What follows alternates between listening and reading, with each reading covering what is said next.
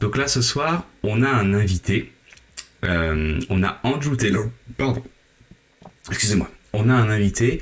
On a Andrew Taylor qui est apparu plusieurs fois sur la chaîne et notamment dans ma dernière vidéo sur l'écotourisme et qui va nous parler un petit peu plus en détail du programme que je veux l'aider à mettre en avant sur sa formation de 4 semaines pour devenir scientifique sous-marin. Donc, dans un premier temps, on va regarder un petit peu l'avant, l'après. On va aussi inviter Andrew. Est-ce que tout le monde parle anglais ici ou bien est-ce qu'il faudra faire des traductions? Donc, on va faire un avant-après. On va parler de la construction du cours, comment ça se passe. Et attendez que je vous retrouve ça. Et je vais vous montrer, on va illustrer ça justement avec des images un peu exclusives qui sont pas encore sorties.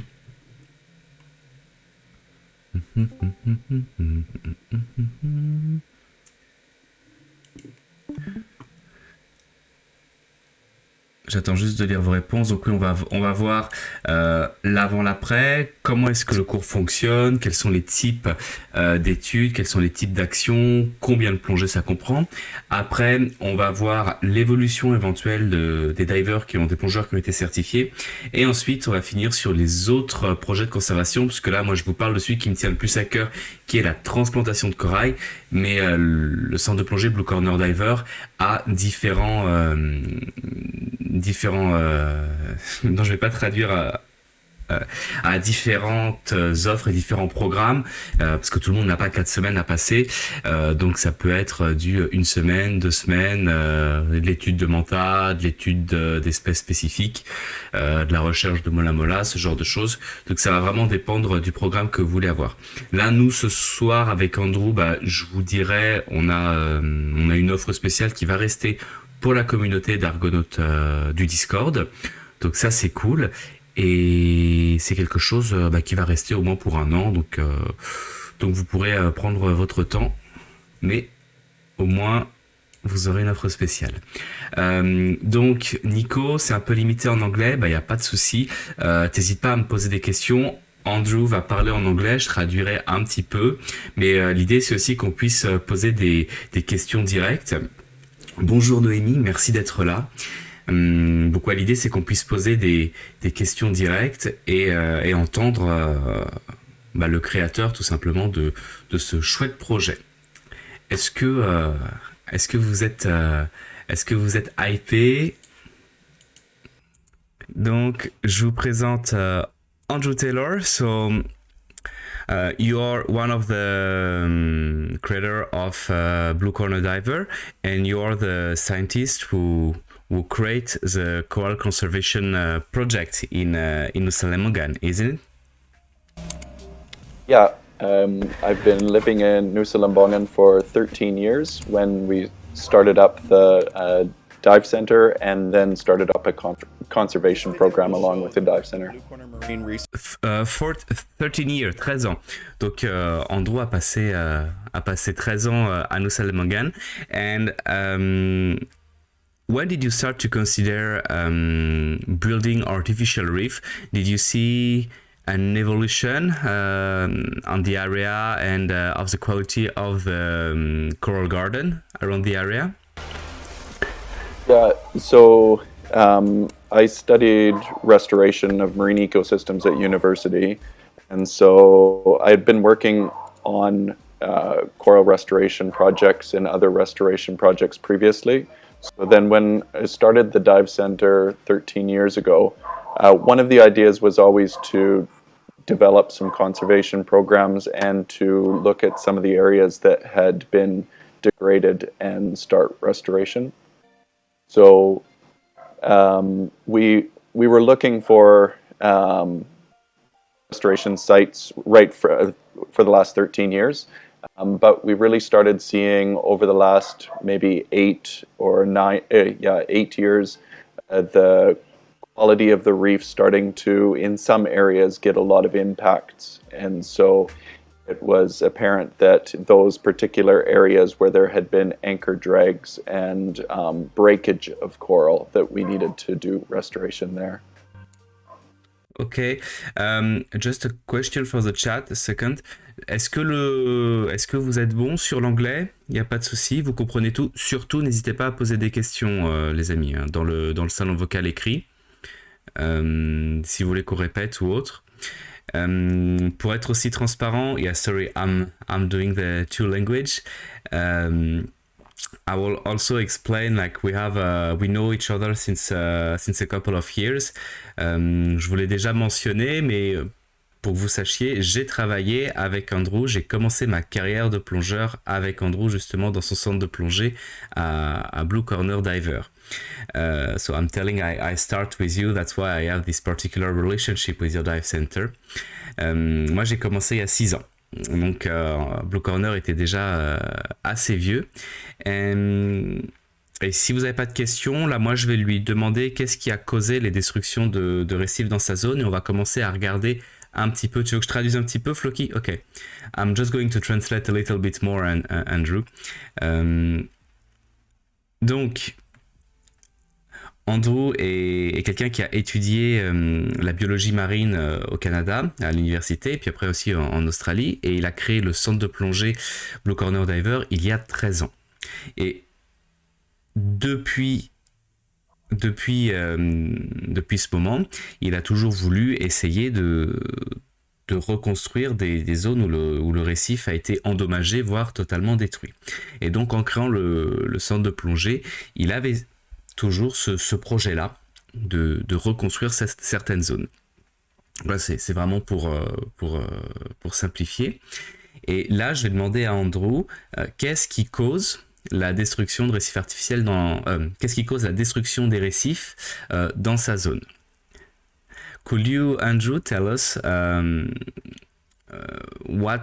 if you see an evolution on the like death of coral, and if you identified some causes, what is destroying the reef? And I'm going to just show some footage from the video you just edit. So give me a second. I'm just putting that on the screen. So we're going to change. Hopla. Oops, that's the wrong one. Video Ninja. Give me a second. Control C. And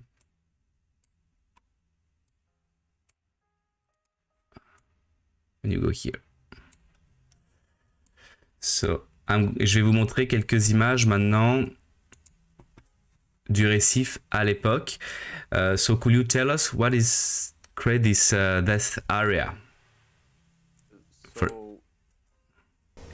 the causes of reef destruction in lots of different areas of the world are a bit different. Some areas it's because of pollution, some areas because of maybe coral bleaching or warming temperatures of the water, some areas disease.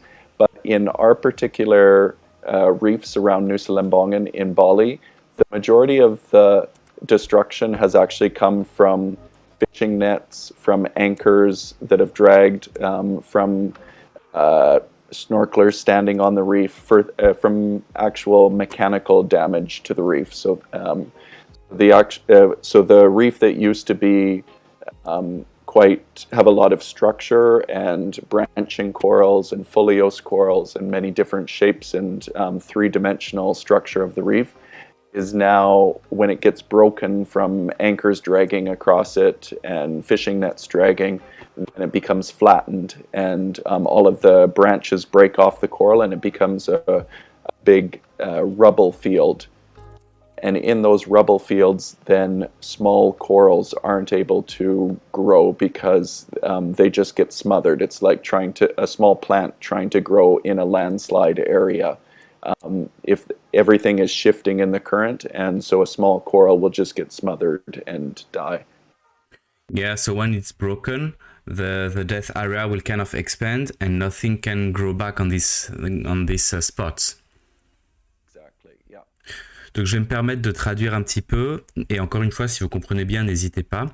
Donc, il y a différentes raisons qui ont causé à travers le monde, qui peuvent causer à travers le monde de la destruction de coraux.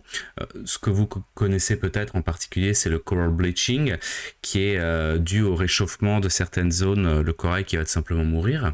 C'est quand il devient blanc et qu'ensuite il meurt. Mais en l'occurrence, ce qui a causé le plus de problèmes en Indonésie et dans notre secteur, ça a été les ancres et les ancres et les filets de pêche, ce genre de choses. Et ça détruit des secteurs entiers juste dans la zone favorable aux coraux, c'est-à-dire dans la barre des 15 mètres. Je vais vous montrer après tout à l'heure des belles images de à quoi c'est censé ressembler. Mais vous voyez, on a comme ça des zones entières complètement mortes. Et ce qui s'est passé, le problème, c'est que ces choses-là ont été détruites par des ancres.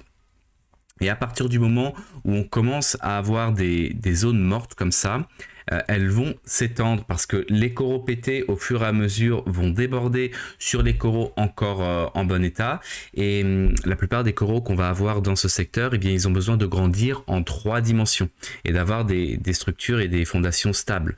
Or, lorsque l'on a une sorte de terrain de petits morceaux pétés, un peu de gravier entre guillemets, eh bien rien ne peut s'implanter. Les jeunes colonies vont se poser et elles vont mourir instantanément parce que tout bouge avec les courants et donc tout est enseveli et on a au fur et à mesure une sorte d'espace comme ça de Capharnaüm qui s'étend petit à petit et qui prend de plus en plus d'ampleur. Did you see, starting from 13 years ago to now, an evolution of this dead space area? Yeah, for sure. So some of the areas that started as small anchor dregs, one in particular, there was a power cable coming from the main island over to the island that I live on. And when the power cable was brought over by a boat, the boat anchor dragged, the barge ran aground. It created, the ship grounding created this huge rubble patch. And so the initial zone was, I mapped out the initial zone and it was large. However, over the years, with the currents kind of pushing the broken pieces of coral around, it expanded bigger and bigger. What started out as a relatively small impact, then with that shifting rubble, it expanded out over living areas of reef until, it created a large field of rubble that needed restoration. So that's very interesting. So you really see the evolution, starting from one point, you start to spread.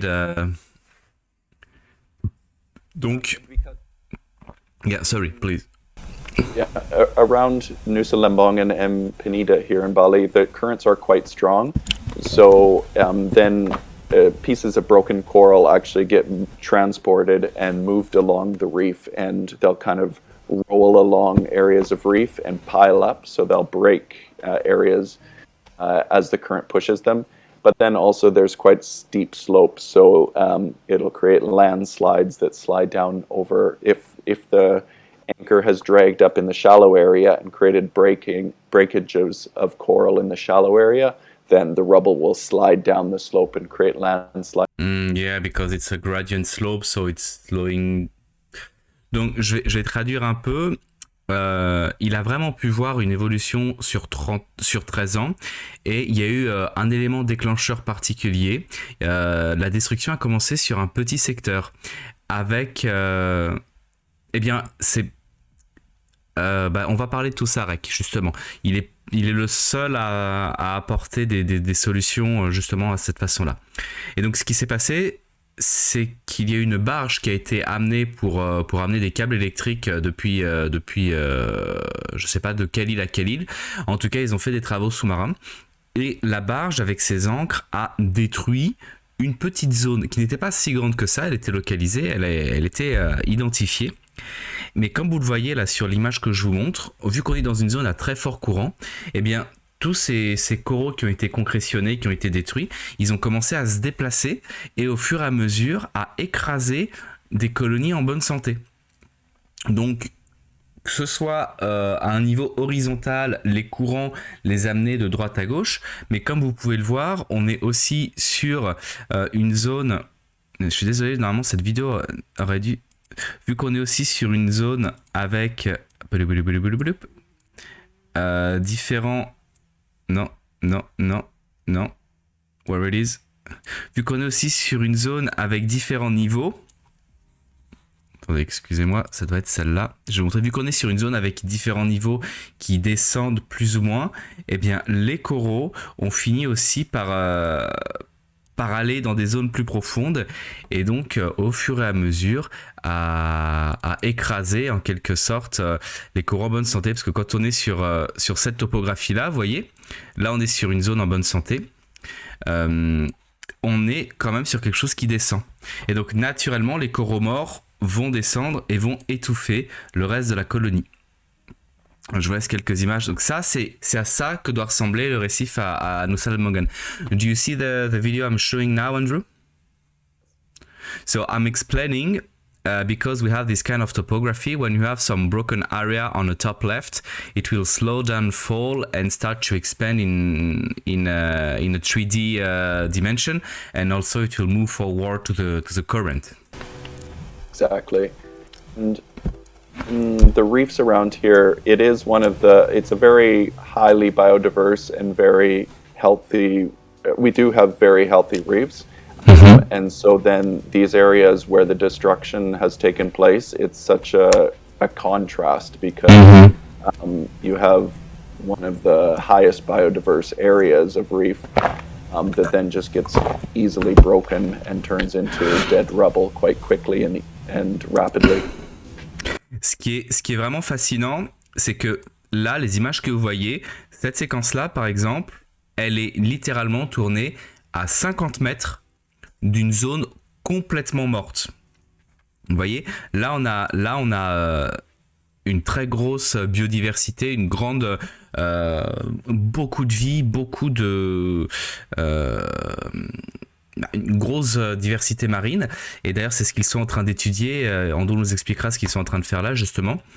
Et cette zone-là, elle est à 50 mètres d'une zone totalement morte qui va ressembler justement à ce qu'on vous montrait tout à l'heure, à ça. C'est juste à côté. C'est juste à côté. Et cette partie-là s'étend au fur et à mesure. Est-ce que vous avez des questions avant qu'on avance un peu plus?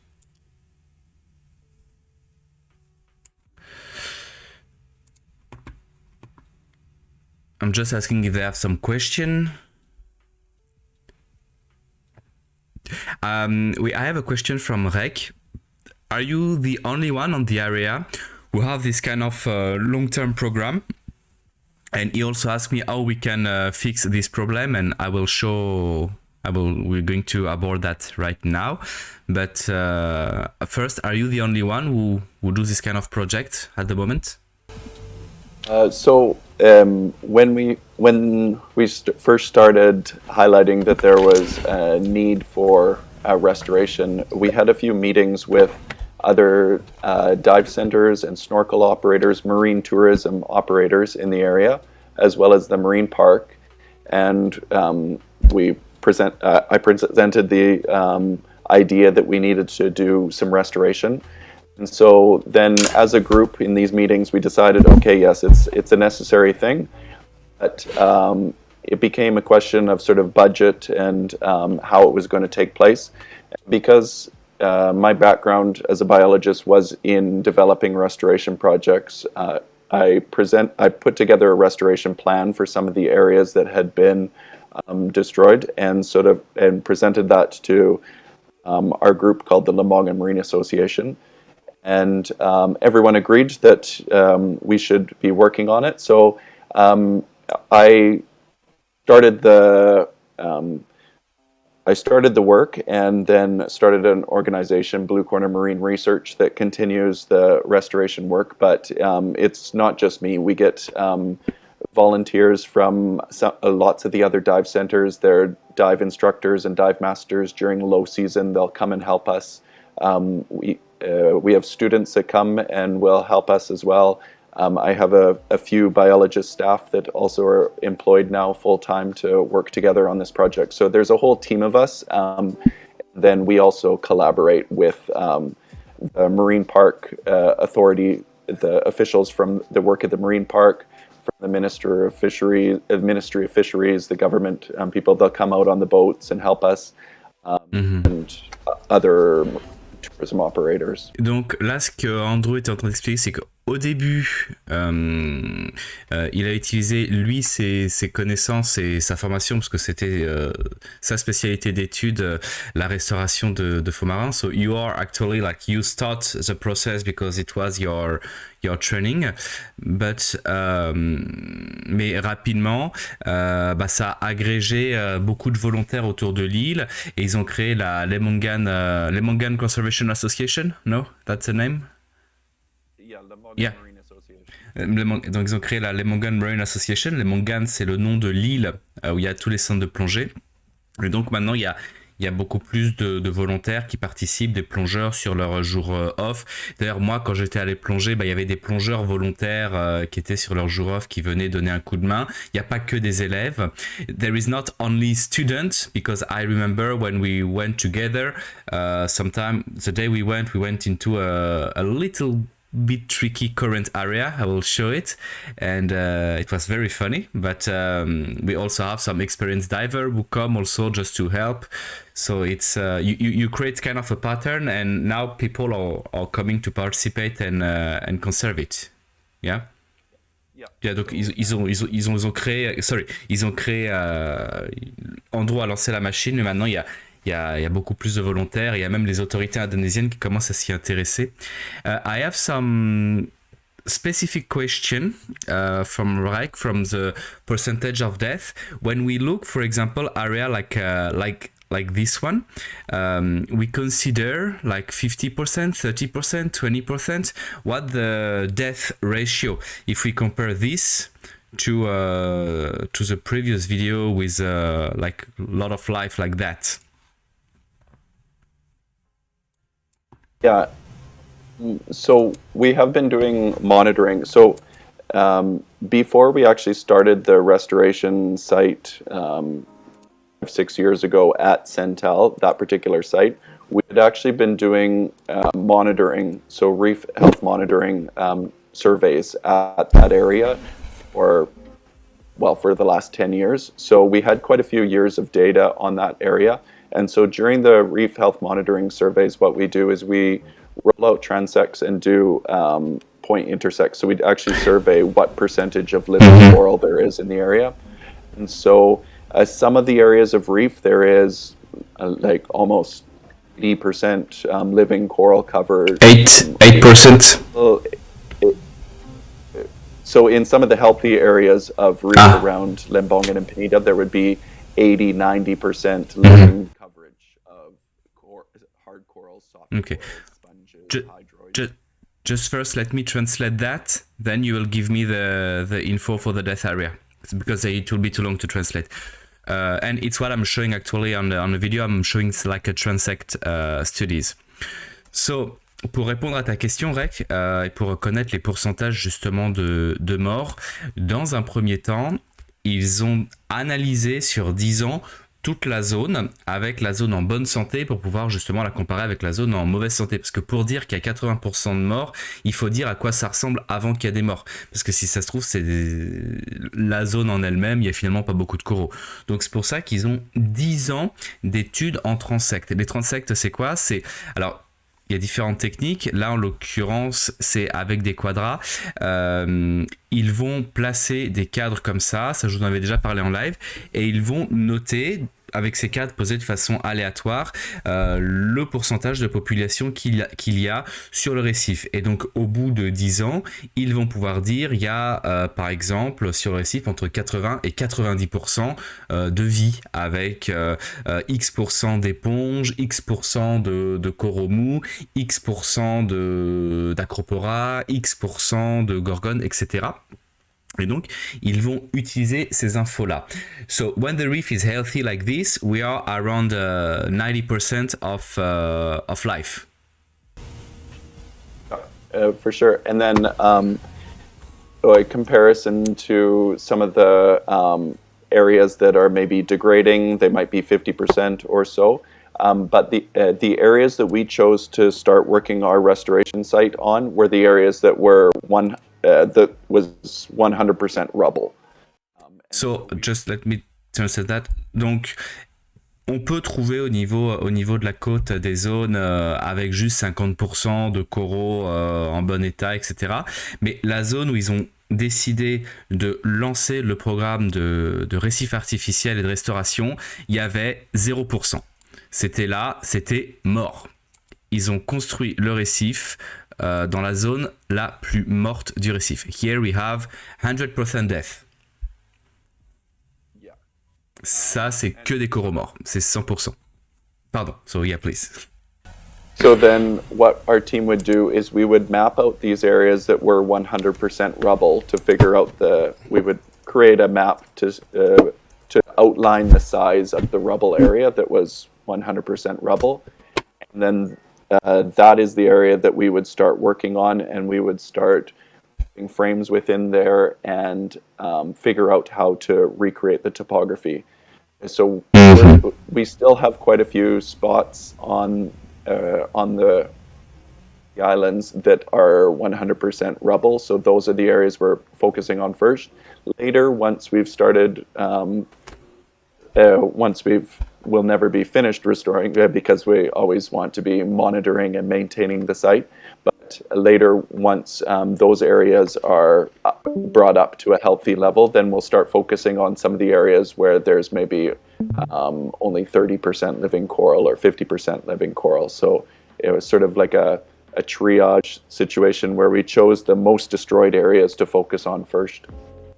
Okay. Donc ils ont vraiment cherché les zones les plus détruites pour commencer vraiment dans le passage le plus important. I had a question from Floki on a situation like this one. Is it possible to have coral kind of something else starting to grow, like algae or some marine life who can adapt themselves, or a dead space will stay a dead space? So over time, naturally, like a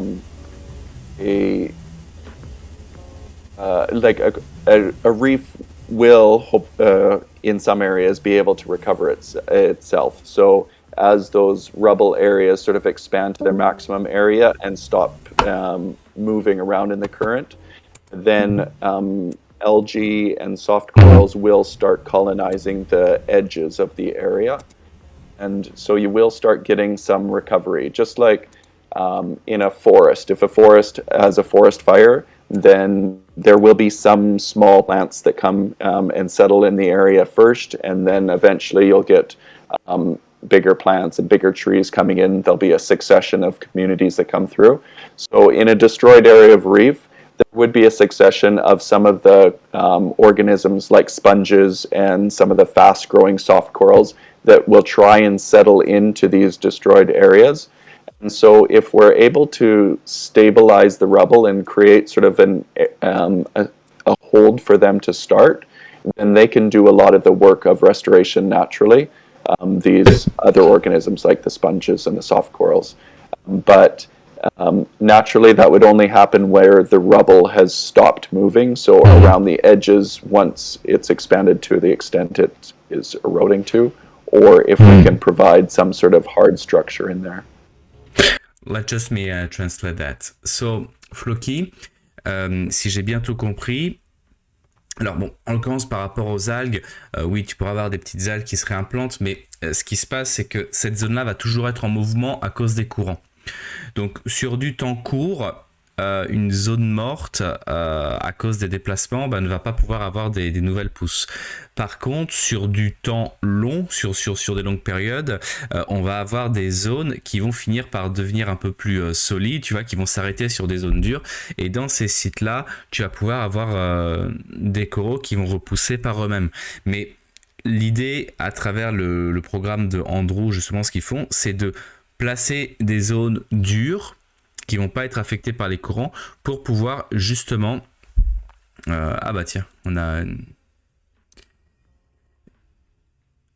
de replacer des zones dures pour permettre à des colonies de grandir à nouveau. What did you share with us, Andrew? This is just continuation from Rick's question there about the percentage. So at our restoration area that started at almost sort of 100% rubble, as we've been monitoring the site over time by doing restoration and transplanting corals into the area, we've also been monitoring what percentage cover of living coral is coming to the area and the amount of rubble in the area. So it just shows the monitoring over the last few years of what we're seeing at the restoration site of the percent coverage of rubble reducing from 100% down quite low and the hard coral increasing. Bon, je pense que le graphique est assez clair, juste pour que vous voyez. Donc, la ligne orange, c'est les récifs de coraux. Et la ligne bleue, c'est rubble, c'est les concrétions que vous voyez, c'est le corail pété. Et donc, ils sont partis de 0% parce que là, il n'y a rien, pour là arriver sur du 30%. So, I think this is a very good transition to... I was saying, I think this is a very good transition to speak about the evolution and what we have now and how your artificial reef are working. But just before that, I want to check if there are some questions. Donc là, c'est une bonne transition justement pour parler maintenant de l'évolution du programme, parce qu'ils ont vraiment commencé dans les pires endroits où il n'y avait rien et où c'était en train de s'agrandir. Et on va voir justement qu'est-ce qu'ils ont mis en place et quels sont les résultats aujourd'hui. Mais avant ça, est-ce que vous avez des questions dans le salon vocal? Dites-moi. Let's see how the reef is looking like now. So I'm using your footage. So now I will show the beginning. So at the beginning, you start to... Can you see the screen, Andrew? So when we started doing a restoration, there's many different types of techniques that are used around the world for coral restoration. And so what we had to do is about our area, look at the types of currents, the types of corals we were trying to bring back to the area, the environmental conditions, and then decide what of all the different methods that are possible for restoration, what's the best methods for our particular area. And also what are we able to afford and what is easy for us to transport to the sites, what's available on a small island in the middle of Indonesia that's hard to get many supplies. That's why you didn't take some concrete, for example. Exactly, and some of the more expensive ceramic structures or 3D printed structures. There's lots of different sort of techniques that are available now. But we were trying to be as low-tech as possible and get some of the local community involved as well, and make it quite easy so that we could train some dive masters and instructors that are on the island, and they could also be doing it at their dive schools and whatnot, so that we could actually expand out and get many people helping out. So we started out is we decided that in this particular area we would use coated rebar frames, and we would place them across the rubble because that would allow us to transplant corals on top of the rubble, and eventually the rubble would kind of push up against the frame and then stop, and the areas where the rubble stops, then soft coral and sponges and different organisms will settle naturally, but then on the frame itself we can transplant hard corals, and those hard corals will expand out and create habitat. So let me translate all of that because it was a little bit long. No worry. Donc je vais vous expliquer un petit peu. Il y a eu 2 points importants dans sa réponse. Il y a eu la partie stratégie locale et après stratégie par rapport à la vie marine. Donc vous avez pu le voir par exemple dans une vieille vidéo YouTube où j'avais construit un récif artificiel aux Caraïbes. Ça, je peux vous montrer la instruction de récif artificiel. Si vous ne l'avez pas vu, je vais vous la partager. C'était cette vidéo-là. Il y a différentes façons de construire des récifs artificiels. On peut faire des trucs avec du béton, on peut faire avec des systèmes avec de l'impression 3D. Il y a beaucoup de choses possibles, mais Andrew, il a dû se baser sur les problématiques qu'il rencontrait en Indonésie et les coûts que pouvait amener la matière première, à savoir qu'il vit sur une petite île. Donc s'il faut amener des sacs de ciment de 50 kilos, eh ben, faut les mettre sur le bateau, faut faire venir le bateau, faut décharger le bateau, c'est très compliqué. Et donc, ils ont décidé un peu de prendre une direction plutôt low-tech, déjà sur un point de vue pratique, et aussi pour permettre aux locaux de participer au projet. Parce que ce sont finalement des structures assez simples à faire à base de structures en fer à béton. Et donc, ça permettait aux locaux de pouvoir participer et de pouvoir être actifs dans le projet, pour que ce soit pas juste un truc qui vient de l'extérieur et où tout le monde s'en fout. Donc là, c'était le premier point important. Et il devait aussi mettre en place un design qui était adapté aux conditions locales, à savoir des forts courants, parce que c'est la particularité de la région, c'est qu'on est dans des régions à très fort courant. Et l'idée à travers les structures que Andrew a mis en place, c'est dans un premier temps de stopper les mouvements de rubble, les mouvements de coraux morts, de coraux concrétionnés, qui vont au fur et à mesure, on va le voir là par exemple, qui vont au fur et à mesure s'écraser, vous voyez, contre les récifs artificiels. Et donc ces zones écrasées, finalement, les coraux morts vont se concrétionner entre eux, et là on va pouvoir avoir des coraux mous qui vont se réimplanter ici. Et ensuite transplanter sur la partie en fer, sur la partie dure, d'autres espèces de corail qui ont besoin d'une structure bien plus solide. Okay ? Est-ce que c'est clair pour tout le monde ? Vous voyez comme quoi on est vraiment sur des choix très réfléchis et très techniques, mine de rien. Alright, so now we have so this kind of frame, I explained everything. So we have some soft sponges we can start to grow into the stacking of death coral, for example. And we have hard coral will grow here. I also notice you start to create some kind of, I don't know what we call that, some string with other corals. Is it on the second part, or what are the evolution of the project?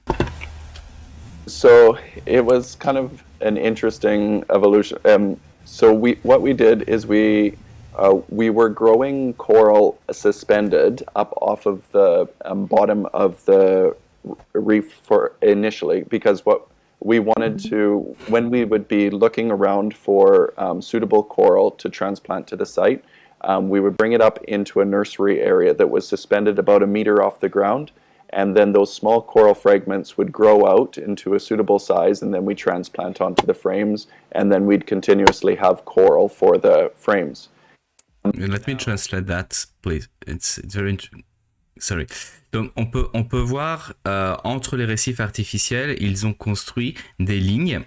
Bon là maintenant dans certains cas ils ont tellement bien grossi qu'ils sont installés, mais à la base ces lignes étaient il y avait les coraux qui étaient suspendus au-dessus de la partie morte pour en fait faire une sorte de nurserie à corail avec des jeunes pousses de coraux qui allaient grandir dans la zone où ils allaient être transplantés. Donc ça allait favoriser la transplantation, because if I remember well, it's easier to transplant a coral who already grow on this depth and on this area than catching a coral somewhere and put it here.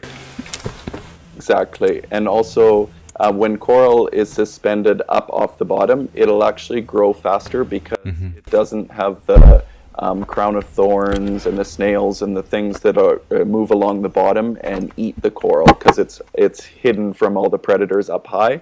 And it also has the sun from above and the reflection from below, so it will grow at a faster rate.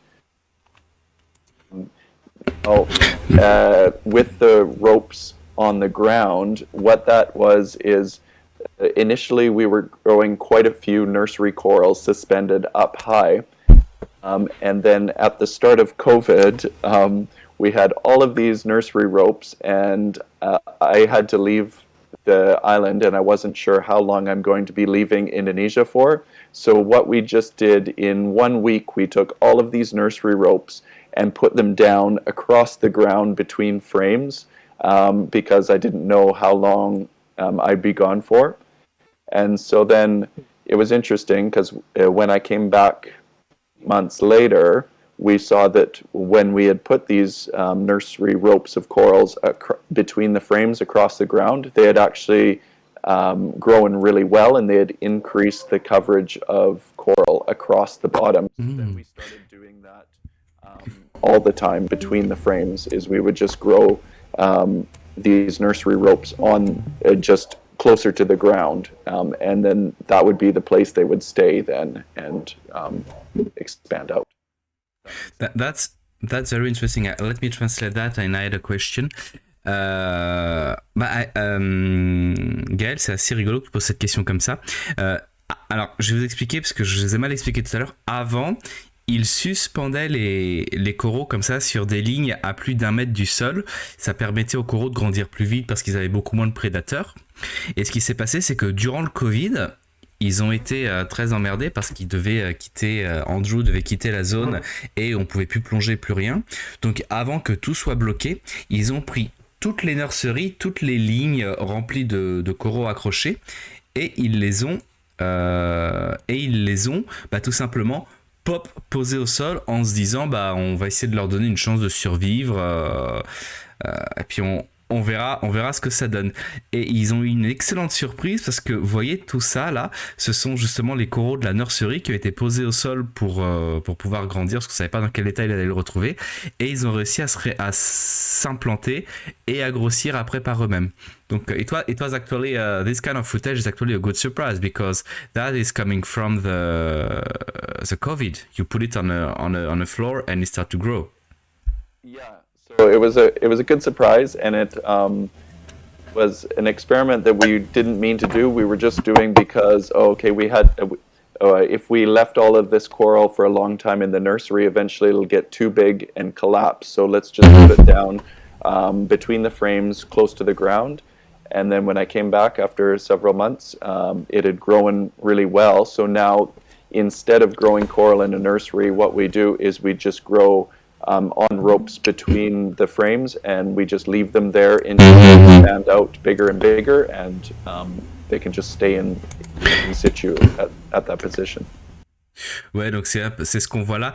Au début, ils faisaient justement avec des nurseries et tout, mais maintenant ils se sont rendus compte que finalement c'était pas indispensable, et donc ils vont faire grandir leur coraux nursery entre les récifs artificiels sur des lignes tendues comme ça, parce que finalement ça marche très bien, et ensuite ils vont peut-être déplacer la ligne, ou si la colonie fonctionne très bien, ça va relier ensemble les récifs artificiels. And what is the speed of growth in the area? So it depends on the species of coral. But if we take, for example, these acroporas. The acropora there that Jackie's transplanting, that will grow maybe 1 centimeter per month. Like it does grow quite a lot, which sounds small when you compare it to maybe a plant in a garden.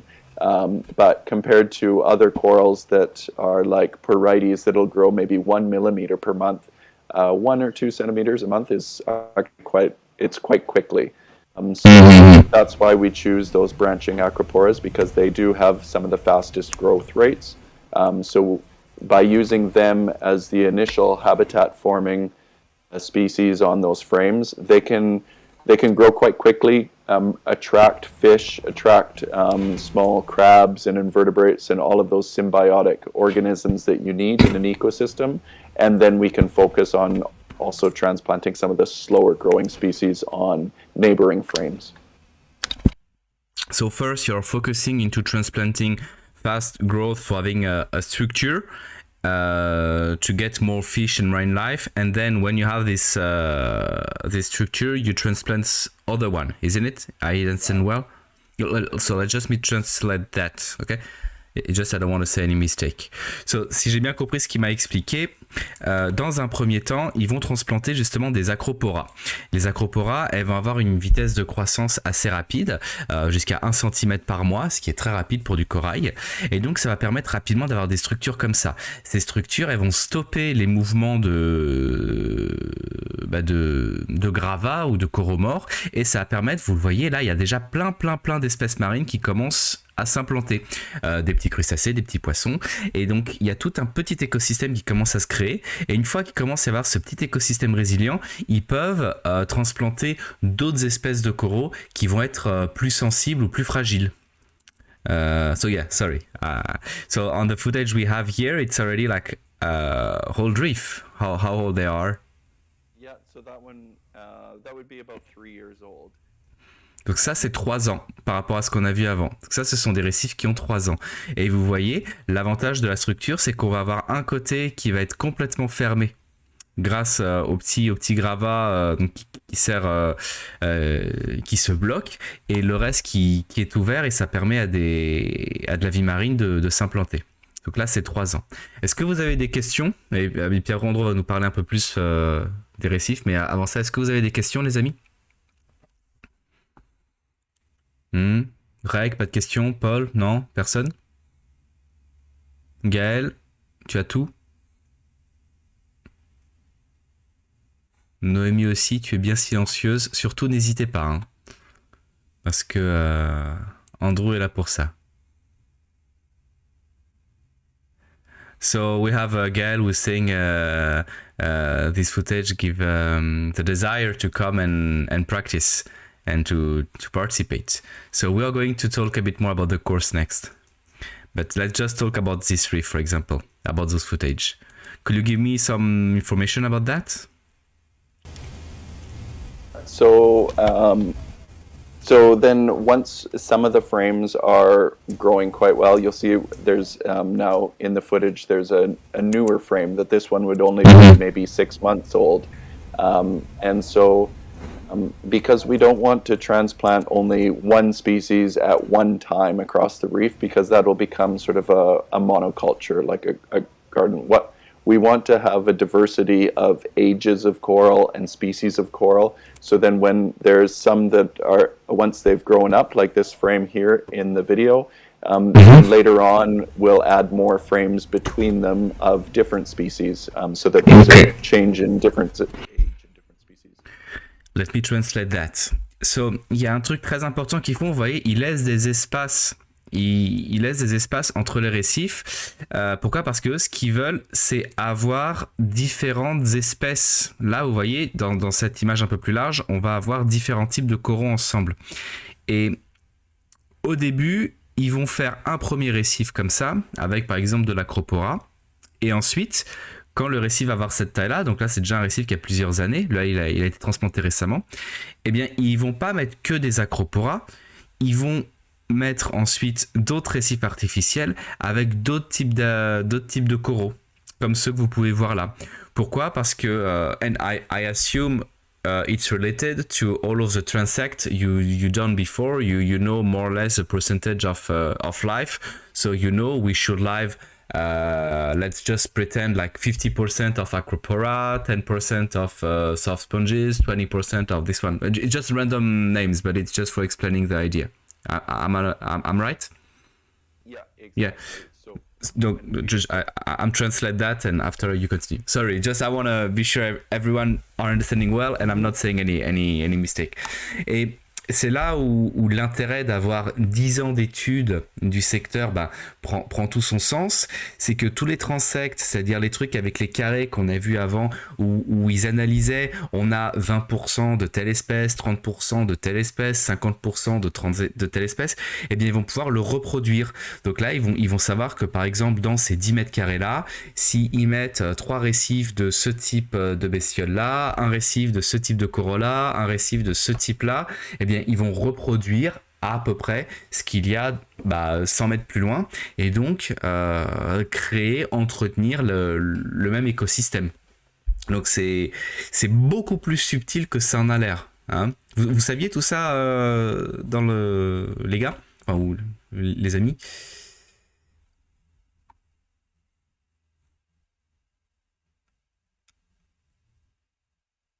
I'm happy because I'm learning stuff, and the my channel is also learning many things. So it's very interesting. Thank you, Andrew.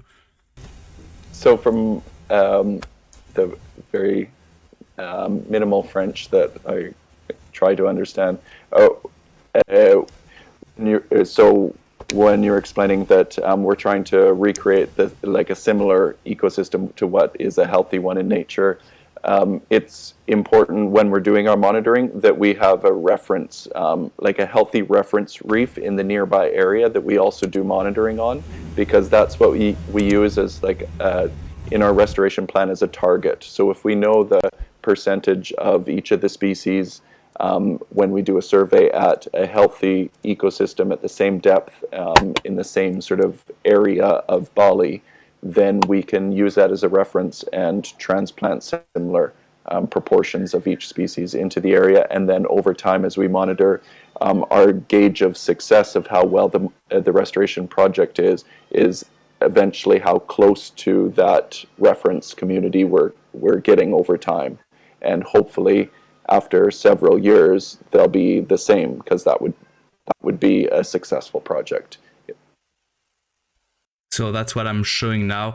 This is donc là ce qu'il explique, c'est que c'est vraiment important d'avoir une zone exemple pour pouvoir comparer et analyser l'évolution des projets et puis voir si c'est un succès ou pas.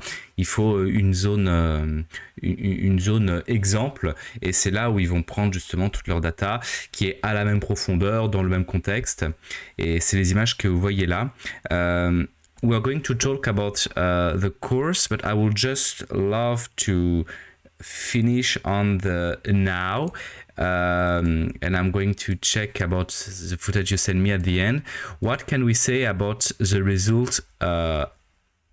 What we have like from now, like 5 or 10 years after when you start the programs? Do you start to have some positive conclusion from what we see on the video? We are talking here about a dead area we saw in the beginning.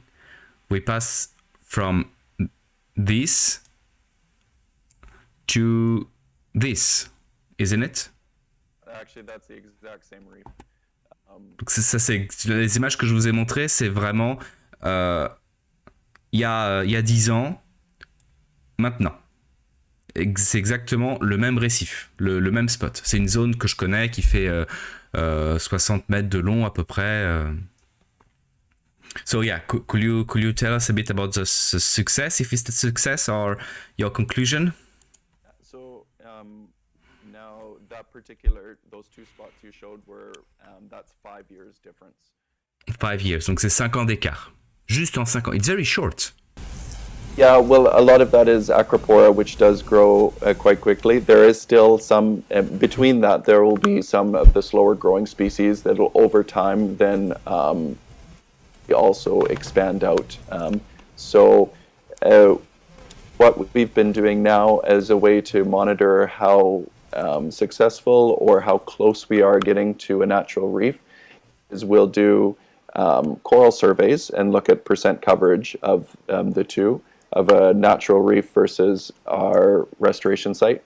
But we've also had, I've got some university students that have come out and done research projects where we will set up video cameras and record video cameras in replicate areas and watch what species of fish come into the area over a set time and compare the fish populations between healthy areas of reef and the restoration site. And we've done that we did it at the beginning before we started. We've done it after a couple years, and now we've done it again. And we can definitely see that the diversity of fish is increasing, and the biomass, the actual numbers of each type of fish is also increasing. And getting that particular area there after 5 years, it is getting quite close to a natural reef. There is still some areas that we want to be adding to, especially some of the more rare, smaller species of coral, but we're getting close. Congratulations. So Sorry, I forget some point of you say, but We're yeah. monitoring both coral species and fish species. Donc, ils ont pu comparer et analyser les espèces de poissons et de coraux, les coraux qui ont repoussé les poissons qui sont réimplantés, notamment en posant des caméras avec des étudiants venus de différentes universités. Et oui, Menelas, c'est là avec Andrew. Menelas was one of the guys who was very interesting about this training. Il y aura le replay, Menelas, mais c'est pas faute de t'avoir pingé. Hein, et bah, on va justement parler de la formation maintenant. Là, on parlait du contexte et des résultats, et on va parler de la formation un peu plus en détail. Donc là, c'est 5 ans de travail sur le même récif, et il commence vraiment à retrouver les mêmes équilibres qu'il y avait dans un récif naturel. Donc ça a été du gros boulot. Sorry, I probably forget some small parts, but I'm kind of happy to show that and explaining, like, now we are recovering and having like getting close to a natural reef. On se rapproche d'un récif normal. What's interesting is we're actually getting some species that in the you've dived a lot around Lembongan and Penida, so you know what species are there on the natural reefs, but we're starting to get species that I haven't seen or quite rare in other areas, and we're starting to see them at the restoration site. So lots of razorfish, I see frogfish sometimes. I don't know whether it's because I just spend so much time at the restoration site that then I start noticing more, or if because it's different types of habitat that's starting to come in at different life stages, that maybe that's some of these species that we don't see in other areas of the reef are starting to settle in or swim into the area. So it is kind of interesting. That's very interesting. So là, ce que tu es en train de me dire, Andrew, c'est que ils ont commencé à découvrir des espèces qui étaient rares et qui venaient en plus grand nombre dans la zone. Alors, il n'est pas sûr si c'est le récif en lui-même qui attire à nouveau des espèces, ou bien si c'est parce que lui, il passe tellement de temps là qu'il les repère mieux. Mais en tout cas, il y a à nouveau des espèces qui se réapproprient les lieux, quoi. Avant qu'on passe sur la partie formation, est-ce que vous avez des questions? Excuse me, I just have to go to the bathroom 10 seconds. I come back super quickly. I am sorry. And then we are going to talk about the course and how it works. I really need a very short break, so I'm just going to leave you with a wonderful footage and give me a couple of seconds. And that's sorry. And so that's the coral and the project. I come back.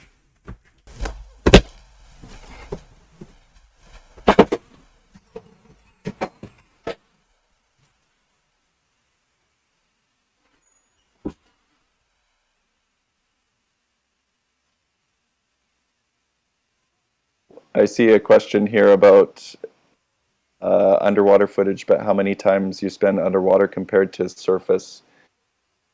We do a lot on the surface for preparing the frames.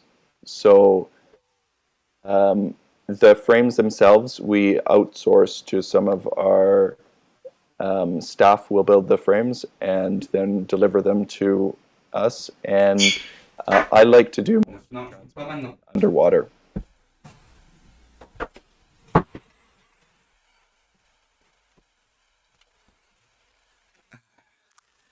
Sorry, I cannot pee on my wetsuit when I'm in live, so. What I was saying is I was just answering one of these questions here about how much time we spend underwater. So some organizations that do coral restoration do the transplanting above water, especially when you have big groups, because you're able to train people and do it above water and then bring the corals below. So we do that when we've got volunteers who are just helping out for a day or at the start of training people, so that we can spend some time above water. However, then once the team knows what they're doing, then we find it better to actually do everything underwater for the transplanting because it stresses the coral out less. Because if the coral doesn't have to go up to the surface, do the transplanting, come back down underwater, it is more likely to survive and you get less mortality, less stress on the coral. So we spend a lot of time underwater. Okay.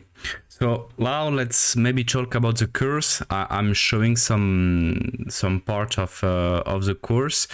You send me a PDF. On the PDF, I have kind of explanation of the different part. Or could you tell us a bit more about the course we are going to talk about, which is the 4-week training?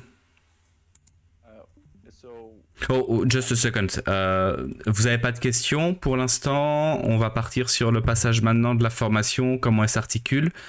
Pas de questions, les amis. Salut Benoît. Bon, on commence à être un peu plus nombreux. Non, t'inquiète pas, il y aura un replay. Pas de questions. On est bon. On peut passer à l'autre partie. Floki, Noémie, Paul, Rec. Ok. Cool. All right, so now if we can talk, on the PDF you sent me, sorry, I didn't open it yet. Do you give me some detail about the course or? No.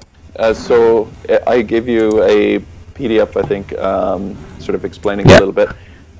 But so a general introduction to our programs we do with interns and our training courses is we have a full 4-week scientific diver training program.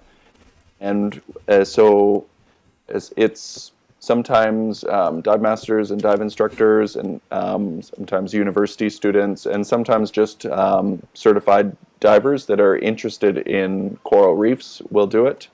So we get a wide range of people doing it. So but what it consists of is in those 4 weeks, each week has its own kind of topic. The first week is about making sure that everyone can work underwater safely. So planning scientific dives to make sure that we're handling tools, we're not kicking the coral, our buoyancy is good, we're able to roll out transect lines and to monitor our safety equipment and work underwater as a scientific diver safely is what the first week is. So like for example week per week. Yeah, let's explain week per week. Donc là ce qu'il était en train d'expliquer Andrew, c'est que dans la partie pour la formation de 4 semaines, il y a différents types de personnes qui peuvent être intéressées. Alors c'est souvent des personnes qui font le dive master ou le niveau instructeur qui font ça en plus. Mais sinon, vu qu'il y a différents modules, ça peut dépendre en fait des choses que tu veux étudier.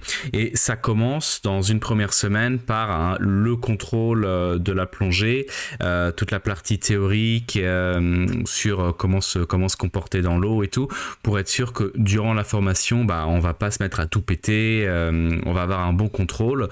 Donc, so the first week, it's training about really diving skills and knowledge about how the study is working. Exactly. Ouais, on est vraiment sur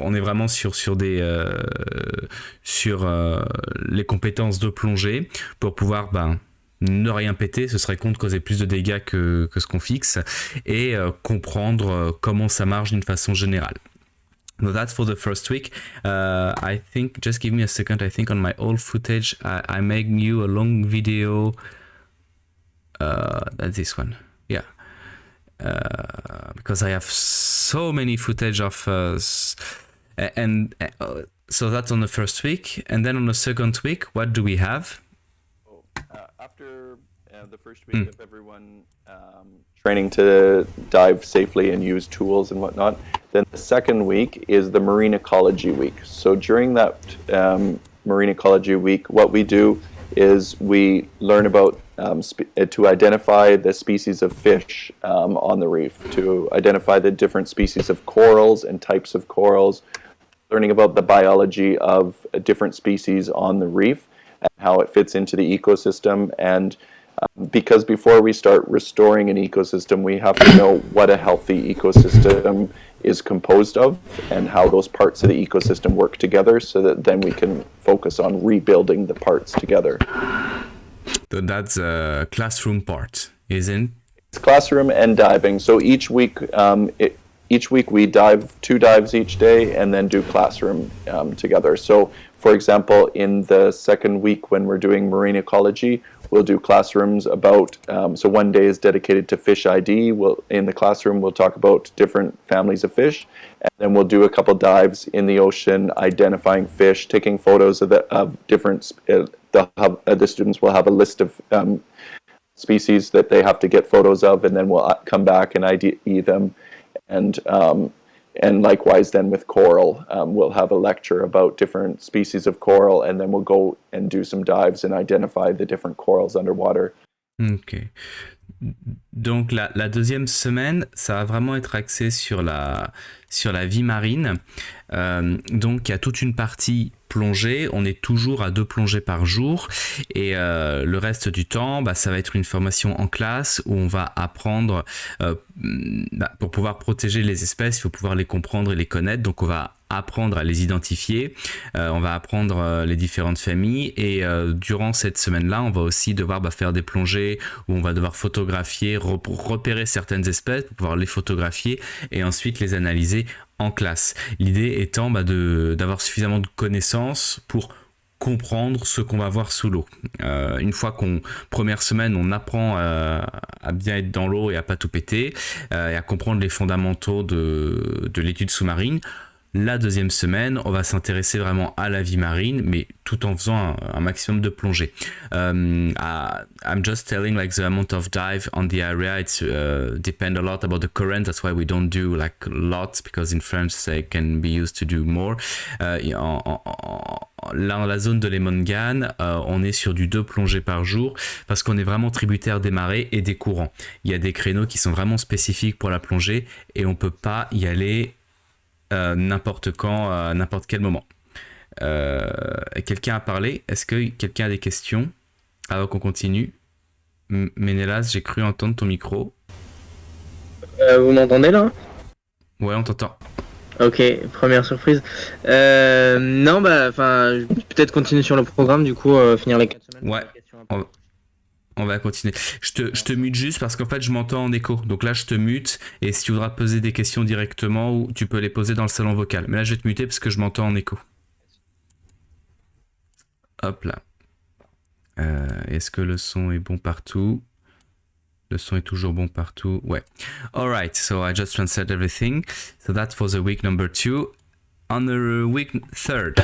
So the third week then, so after first week is diving safely, second week then identifying everything. So then in the third week, what we're able to do is then once the students are good at identifying each of the species, we'll go out and we will monitor the reef. So we will do fish surveys and coral surveys in healthy areas of reef and the restoration site, and unhealthy areas of reef, so that we can do comparisons of what fish species live there, what percentages of coral coverage there is, and then have a comparison of what a healthy reef is versus an unhealthy reef.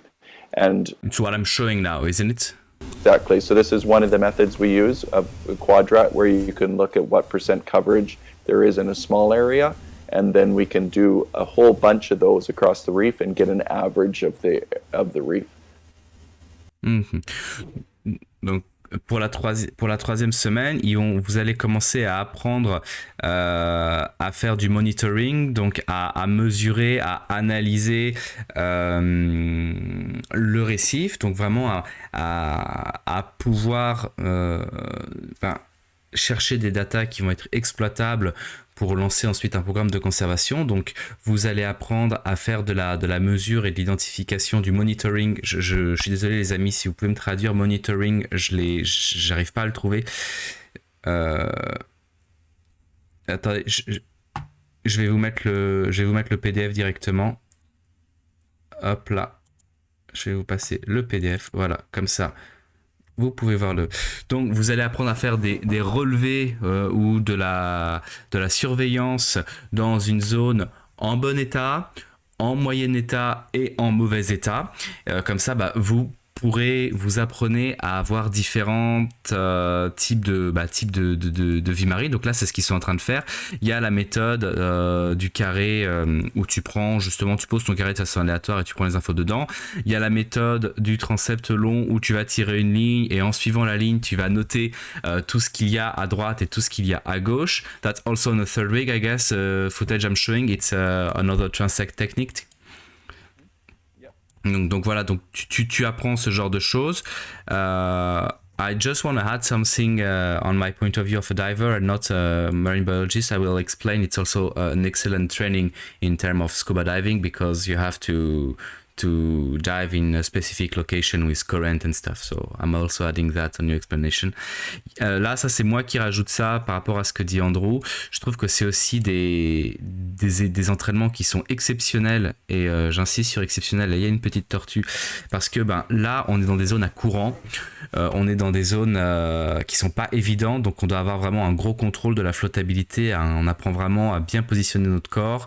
On apprend à s'adapter à la topographie. Donc c'est vraiment même au-delà du côté scientifique, d'un point de vue plongée, ce sont des plongées très très très très formatrices. Right, sorry. Good, we can continue. Okay, so yeah, after we've done a week of monitoring at the different sites around Lembongan and monitoring with different techniques, because monitoring is an important part of knowing for our restoration site. And that flows into the fourth week, which is all about coral restoration. And yeah. so then we start adding in frames, transplanting corals, figuring out which species we're going to transplant. You look at different methods for transplanting and building nurseries. And it's just a lot of fun. Et donc après, c'est la dernière semaine, c'est la semaine la plus marrante où là, on va justement construire des choses, construire des récifs artificiels, placer des récifs artificiels, faire des transplantations. I'm going to show some footage of that because there is a lot of monitoring, but I prepare some video this morning specially for you. J'ai préparé quelques vidéos. Donc par exemple, pour la transplantation de corail, we're gonna have first to catch our coral. That's on the fourth week where you go taking some injured coral in injured area to transplant them on the reef, isn't it? It's on the fourth week, for example. Yep. So this is the fourth week where we teach students how to transplant corals. So we do some of it above land. So that we can explain, and if the students have questions, we can talk about it. And then we'll do some on the boat, and then the rest of the week will all be underwater transplanting and working on the reef. Donc ça, c'est fait. Ensuite, ils vont emmener justement le récif. Ils vont partir pour la transplantation. Donc ça, il y a une partie de cours sur terre, mais après, il y a toujours la pratique à l'eau. So now it's Andrew who's checking the current. There is also an interesting technique. You are also sometimes saving some coral. It's what we did this day. Parfois, ce qu'il faut aussi durant la formation, c'est qu'ils vont aller dans des zones où il y a du corail en train de mourir et ils vont le prendre pour le transplanter dans une zone plus favorable, dans des zones déjà mortes, dans des zones en train de récupérer. Et d'ailleurs, j'en profite pour vous redire que vous allez plonger dans des eaux avec des courants qui sont assez techniques, donc vous apprenez beaucoup de choses pour pouvoir là les bulles bougent, mais vous voyez il a pu se déplacer pour se protéger du courant. Donc là par exemple avec Andrew vous allez dans des zones qui ont été partiellement détruites et l'idée, ça va être de récupérer des coraux qui sont en train de mourir, qui sont plus sur des structures solides, donc qui vont se faire étouffer par le sable et les coraux morts, et de les prendre pour les retransplanter ensuite. This is on week number 4, for example. Yeah. So we collect the coral in a few different ways. So some has been growing in our nursery already, and then we can use those to transplant out onto the frames. And then when we're looking for particular species that we need to bring in to the site, or we just are wanting to transplant more, and we'll go to an area where there is a lot of rubble or broken corals. So maybe if it was maybe a turtle or something that broke the coral off, and we'll scan and look for pieces of coral that still have living tissue, but they're just rolling around and otherwise would die. So we kind of save the coral. Dead areas, and like if there's disease, if there's overgrown with algae, dead areas, we cut those off. So we're just. So I'm going to show that. Let me show that. Donc ils ont deux façons justement d'avoir des coraux. Soit ils vont les faire grandir tranquillement sur leur nurserie, soit, comme ce que j'étais en train de vous montrer, ils vont aller les chercher dans des zones où les coraux ont été endommagés, et donc ils vont essayer de les sauver en les retransplantant dans des zones plus saines. Et c'est excellent, enfin c'est bien sur deux points. En enlevant ces coraux-là, ils évitent qu'il y ait de plus en plus de coraux morts qui vont aller étouffer des coraux en bonne santé, et ils permettent aussi à ces coraux-là de survivre. Mais ça passe par une étape assez brutale où il faut couper toutes les zones qui sont déjà mortes ou qui sont infectées par des bactéries pour donner un maximum de chance à la colonie dans son ensemble de survivre à la transplantation. Et donc ça, on essaie de le faire le plus rapidement, justement, on va plonger, on récupère éventuellement, et aussi ça leur permet de récupérer éventuellement d'autres espèces de coraux qui n'ont pas dans leur nurserie et qui sont en danger parce qu'ils ne prennent que des coraux qui sont déjà cassés et qui sont amenés à mourir étouffés par le sable. Est-ce que vous avez des questions, les amis? Surtout, n'hésitez pas, Ménélas, tu peux poser des questions s'il y en a. Et donc ça, c'est pour la semaine numéro 4. So that's on the fourth week. And then you will bring it and you will go to transplant them. Yeah. So on the fourth week, the whole coral restoration week there. So then that 4-week program, each one of those weeks can be done individually, but by building them all together as a 4-week program, we for it as a CMAS scientific diver certificate, and it's a nice 4-week program that flows into one another. And then from there, some students like to add on dive master courses or continue on, and we do have some students that then have decided to collaborate with their university, and will do research as well afterwards. Donc Gaël, là Andrew vient de répondre à ta question sans l'avoir lu.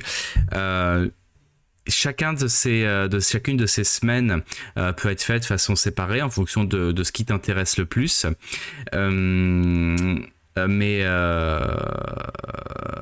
Mais effectivement, le plus intéressant, c'est de faire ça sur 4 semaines, et puis aussi de pouvoir le faire pendant un dive master, de cumuler les deux, parce que ça te permet d'avoir une formation plus longue. Là c'est moi qui parle, c'est pas Andrew, parce qu'il peut pas se permettre de juger les formations des autres, mais ça permet d'avoir une formation plus longue et donc d'apprendre encore plus de choses. We have some question in English, so if you can answer. Menelas is actually one of the person who is very interesting by this course. So do you see the question? I see that. So with Gail was asking if all 4 weeks need to be done at once. You had answered that they can. Yeah, so no, you can split on, and we will also mention at the end. You also have other scientist project like megafauna or mantia, stuff like this. So we have different. And then for the requirement, so because we have our Blue Corner Conservation Organization, but it's run out of Blue Corner Dive Shop. So Dive Shop does have all the levels of dive training. So we have had people want to join the scientific program, but they're not yet divers. So what we require them is we like them to be at least an advanced certified diver to do the scientific program, because we want them to be certified and then also to be comfortable with buoyancy, so that when we are doing surveys, when we are doing transplanting, we're not kicking the coral. So we like for students to be a minimum of advanced diver to come into the program, but if they're not yet advanced, they can do those certifications with us as well. I will also translate that to the other. Donc, l'avantage de Blue Corner, c'est qu'ils peuvent former à tous les niveaux déjà en interne. Donc, pour commencer vraiment la formation, il faut être advanced. Pourquoi ? Pour avoir un bon contrôle de la flottabilité, parce que vous voyez comme sur ces images que tu peux vite faire une bêtise et péter des choses. Par contre, si vous n'avez pas le niveau advanced encore, c'est pas grave, parce que vous pouvez complètement vous former en interne. Donc il n'y a pas besoin d'avoir un background en sciences ou en plongée. Bon, peut-être y aller peut-être avoir un baptême quand même, mais même pour les non-plongeurs, vous pouvez tout vous former en interne avec Blue Corner. Est-ce que vous avez d'autres questions ? Est-ce que moi je peux pas d'autres images sympas à vous montrer ? And the question about if a background in marine science is needed. We've had students who have no background in sciences at all, and then some students who are working on a PhD in marine science. So we've had all students in between, and it's actually quite nice having groups with a variety of backgrounds, because then they can be focusing on different aspects underwater, because some people are more interested in the biology side of the corals, and some are more interested in the kind of general ecosystem. So a background in science isn't necessary for the course at all. Okay, that's super interesting. And so at the end, you will get a certification from CIMAS. So it's something we'll talk about that. I personally spot some job opening in Maldives where they are asking some background in marine biologist. That this kind of certification are useful. There's a few certifications that we offer by the end of the course. So the CMAP scientific diver, but then also reef check eco diver. So a certification to be a reef check surveyor. And then also we do a PADI coral restoration certificate as part of it as well.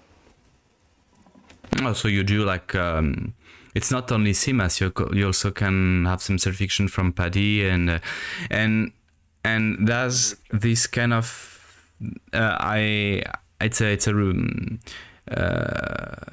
it's a question on my perspective of a dive instructor.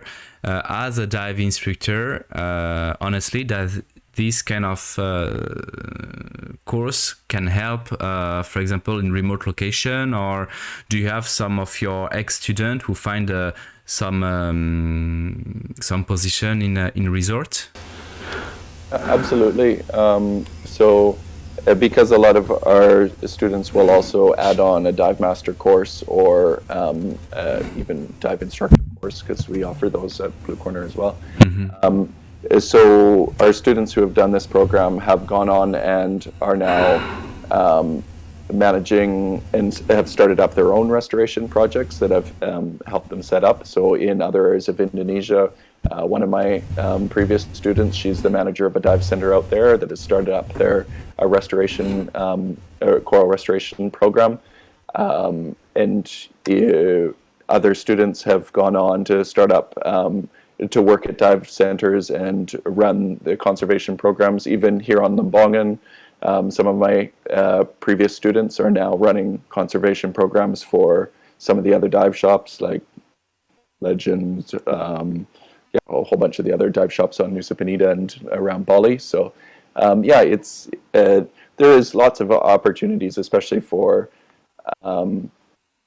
professional divers who want to do scientific training as a part of their kind of resume to work in the dive industry. But then also for conservation organizations, they're often looking for people to help out with the surveys, to do the sort of training with school groups that come in and that kind of stuff. And so we've had quite a few of some conservation organizations in Indonesia, they send their staff to us for training. So Barefoot Conservation, Operation Wallacea, these kind of organizations, our students have gone on for those conservation companies. Just me translate a bit of that. Là, je posais des questions plus par rapport à un aspect business et carrière, dans le sens où est-ce que ce genre de diplôme pouvait ouvrir des portes. Alors, c'est une question, je vais être honnête avec vous, je connaissais déjà la réponse parce que moi, je vois régulièrement des offres d'emploi aux Maldives notamment, ou dans les resorts où ils cherchent des gens avec un peu de background de certification dans ce genre-là. Mais ce que m'expliquait Andrew, c'est que ça prend différentes formes. Vous pouvez après vous-même créer votre propre programme de conservation quand vous êtes manager d'un centre de plongée, ou ça, c'est des choses qu'on peut vous proposer, et donc sont des choses qui peuvent vous être utiles. Certains de ces élèves ont ensuite créé leur propre programme de conservation, donc il y a quand même pas mal de petits débouchés. I have a question from Floki. In average, how long and how deep are the dives during the training? Yeah, during the 4 weeks, what we do is we dive 6 days a week, and we have one rest day. And during those 6 diving days, we do 2 dives a day, and then classroom sessions. So in those 2 dives, it really depends on what activities we're doing. Our restoration site is from about 5 meters depth to 12 meters depth. And so when we're doing the coral restoration dives, they are quite shallow, but we've got lots of work to do underwater. So we're down for an hour or so for each one of those dives. When we're down at Manta Point doing monitoring, the water's quite cold. 45 minutes is mostly long enough before everyone gets cold. So let's just me translate that. Donc pour Floki, pour l'organisation. Mais franchement les gars, si vous êtes chaud qu'on se pointe à 5-6, là pour le coup, je veux bien qu'on l'organise, et je ferai le translator. Hein. Si en septembre vous êtes chaud pour qu'on y aille. Bref, donc l'organisation, c'est 6 jours sur 7 de plongée avec 1 jour off. 6 jours sur 7 avec 1 jour off. On se remet la petite tortue. Regardez-moi cette petite tortue qui nous fait une visite guidée. Je suis tellement fier de ce plan. Ah non, merde, c'est pas ça. Attendez 2 secondes. Regardez la petite tortue qui... Voilà, donc je disais 6 jours sur 7 avec 1 jour off, et sinon pour les plongées, pour les types de plongées, ça va dépendre du contexte. On va avoir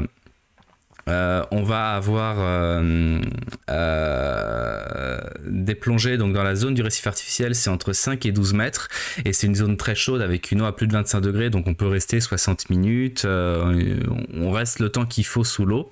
À noter en plus que le fait de faire cette activité là, ça fait qu'on est moins limité en temps, parce qu'à nous Lembongan, il y a une règle de pas dépasser les 55 minutes, mais là on est dans un cadre particulier. Donc ça c'est pour ce site là. Après il y a d'autres secteurs où vous pouvez faire du monitoring, ou alors par exemple pour la mégafauna, ou si vous voulez aller voir les raies manta, où là on va aller plus profond et on va rester moins longtemps parce que l'eau est froide, par exemple. Enfin, l'eau est froide. Pour des gens qui bossent en Indonésie, l'eau est froide. Hein. I can't say to them what you and me are calling cold water, because if I tell them when the water is around 20 degrees cold, they're all going to make fun of us. So... The point today, and it was 20 degrees Celsius, and all of the students wanted to finish the dive after about 10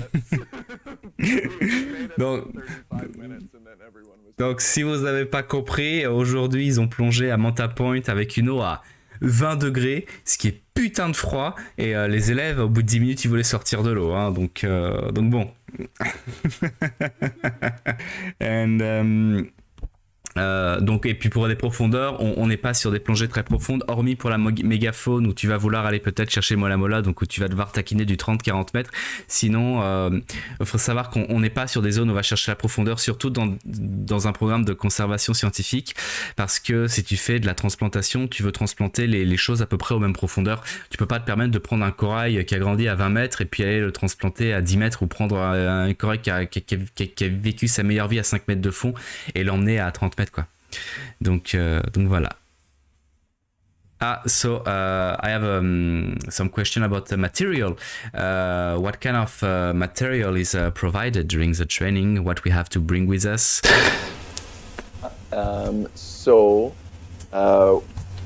In terms of studying material, we've put together training books and training slates that the students get. So for each week there is a textbook that you get that I wrote, and then we've also got slates. So we've got some fish ID slates and underwater slates that are specific to the course that get as a sort of a scientific diver pack.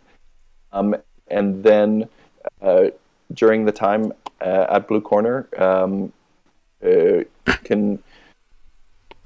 use of our dive equipment is included in the course. However, lots of people who are diving for 4 weeks like to bring some of their own equipment, like their own wetsuit or whatnot, especially if you like to pee in your wetsuit. And so, but is it included in the price? Yeah, so it's not So required. Because a lot of people who travel to Indonesia don't want to pay for excess baggage or whatnot on airlines, so we have all the equipment there for whoever wants, and that's included in the price. But many students choose to bring their own equipment or their own equipment if they do. Yeah, I'm a part of the idiot one who actually travel with a 20 kilo of material on my bag, which is stupid. Est-ce que ça répond à ta question, Menelas? Est-ce que vous avez d'autres questions, les amis? Regardez-moi ces belles images. C'est beau, hein? Well, actually, I also had another question. They're asking, when are we all coming to make a course with you? From Gael, the Argo team. Well, with how many? What's the minimum amount of people you need to start a course? You tell me you're losing money under 2, but. Well, it's nice to have at least. What we do is I run a schedule throughout the year, so that it rotates around each of the weeks, and then people can join in, and so if we have regular start dates for each of the courses, and then multiple people from different areas of the world or different people can join in the same course. But okay, so if your team wants. Okay. Sorry, I'm cutting you, but we have a delay. Can you finish your sentence and I shut up?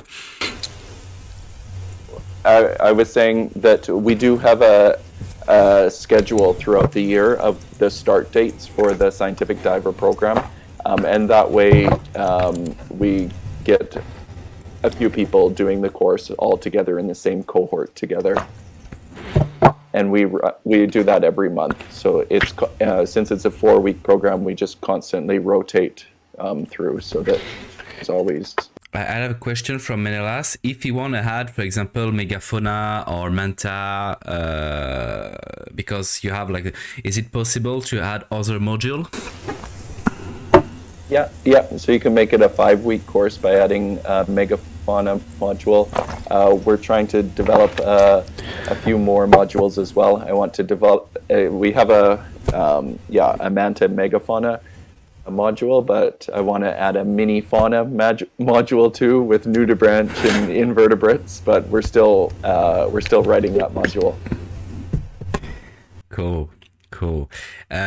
Talking about offer, so we had a talk last night, and I will write that on the Discord.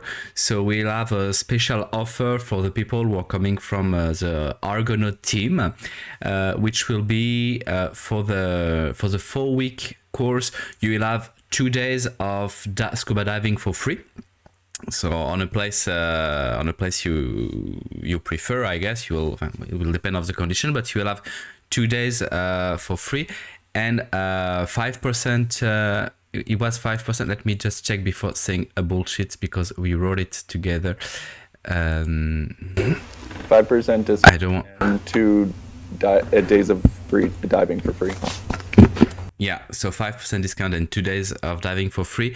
And if you go just for a fun dive, it should be like 10% discount for the fun dive and 5% discount on the course from Paddy. So which is cool. But I was happy to be able to offer some free dives, and I'm sure they will appreciate. Do you have more? I'm sure Melas have a couple of questions, so let's wait until we finish to write. Juste pour voir, alors qui a envie de transplanter du corail en Indonésie, les amis? Qui est chaud? Qui est chaud?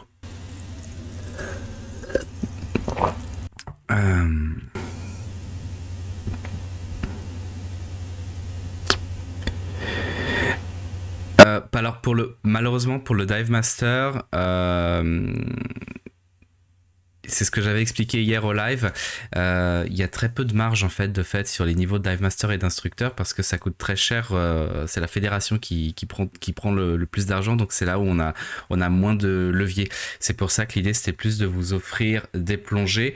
C'est là où Andrew il a le plus de levier, c'est sur les plongées. Sur les cours, il y a une grosse partie qui va en fait à la fédération, quoi. On pourra en reparler encore si tu y vas avec ta copine, ou alors si on y va, si on arrive à y aller par exemple à 4 ou 5, peut-être qu'on pourra gratter un peu. Mais they are asking if there is also some package with the CMAS scientist and dive master, stuff like that. But I'm explaining at the moment the discount is more focused on the CMAS and fun dives, because for the course with Paddy, you have less leverage. You have less range. Yeah. But if you do like the both, I'm assuming there is some special price. Yeah, we do a package for the Dive Master add-on. So if you've done the CMAS with us, then the CMAS Scientific Diver with us, then the Dive Master add-on price is less than the regular Dive Master course if it was just done by itself. Cool. And also about the timing for the CMAS Scientific and Dive Master together. At Blue Corner, the Dive Master course can be started anytime, and so then we have, for the CMAS course, it has certain start dates throughout the year. But if it doesn't line up with the schedule exactly, can start the Dive Master a little bit before and then finish a bit afterwards, and we can shuffle around if there's particular dates that he wants to come. Yeah. Sorry, I was reading the chat and thinking like how I will organize a trip with all of the community. Sure, you should come and do a coral restoration workshop. It could be like a 1-week expedition to Indonesia from France. Could be fun, yeah. Yeah. And I think there's asking about if September is a good time, because September is our best month for diving here. It's perfect. The footage. Oh, let's watch a mola. So this. Hey, you know, I saw my first mola with you on the next day of my birthday. I was crying on my diving mask. Did I told you? Yeah, it was my birthday present to you.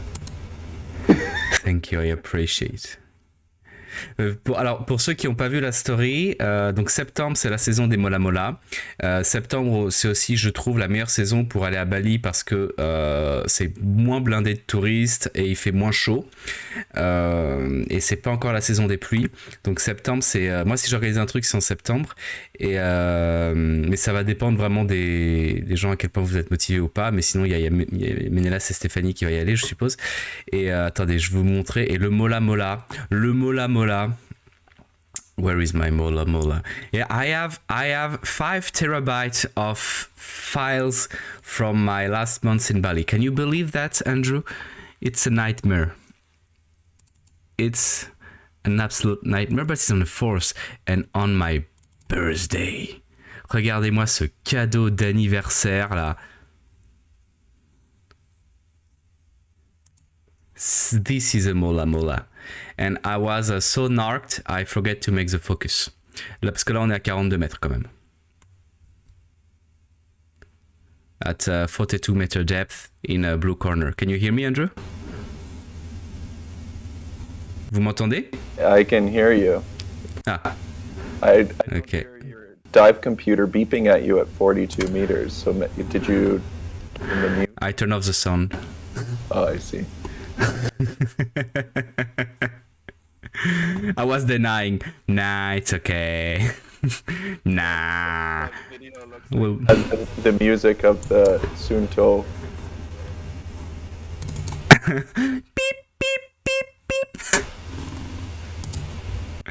Et ouais, c'est l'incroyable Mola Mola que avec beaucoup de chance vous pourrez peut-être voir en septembre.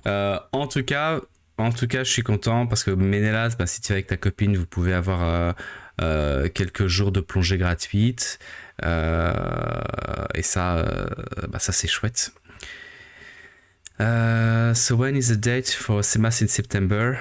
Maybe I missed it. August 26th, not September. Yeah, okay, I was just looking at the September course because, and then our next one would be starting September 30th.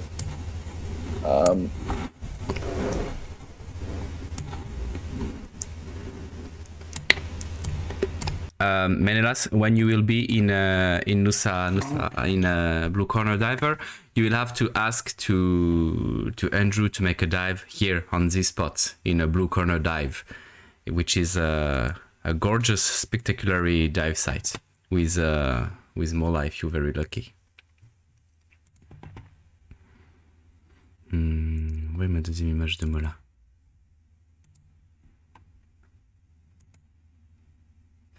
Did you see the question, Andrew? Are you answering to... You can answer by... Well, so the next scientific diver course starts on the 30th of September, so you can also do Dive Master before the scientific, so you can do it before or after.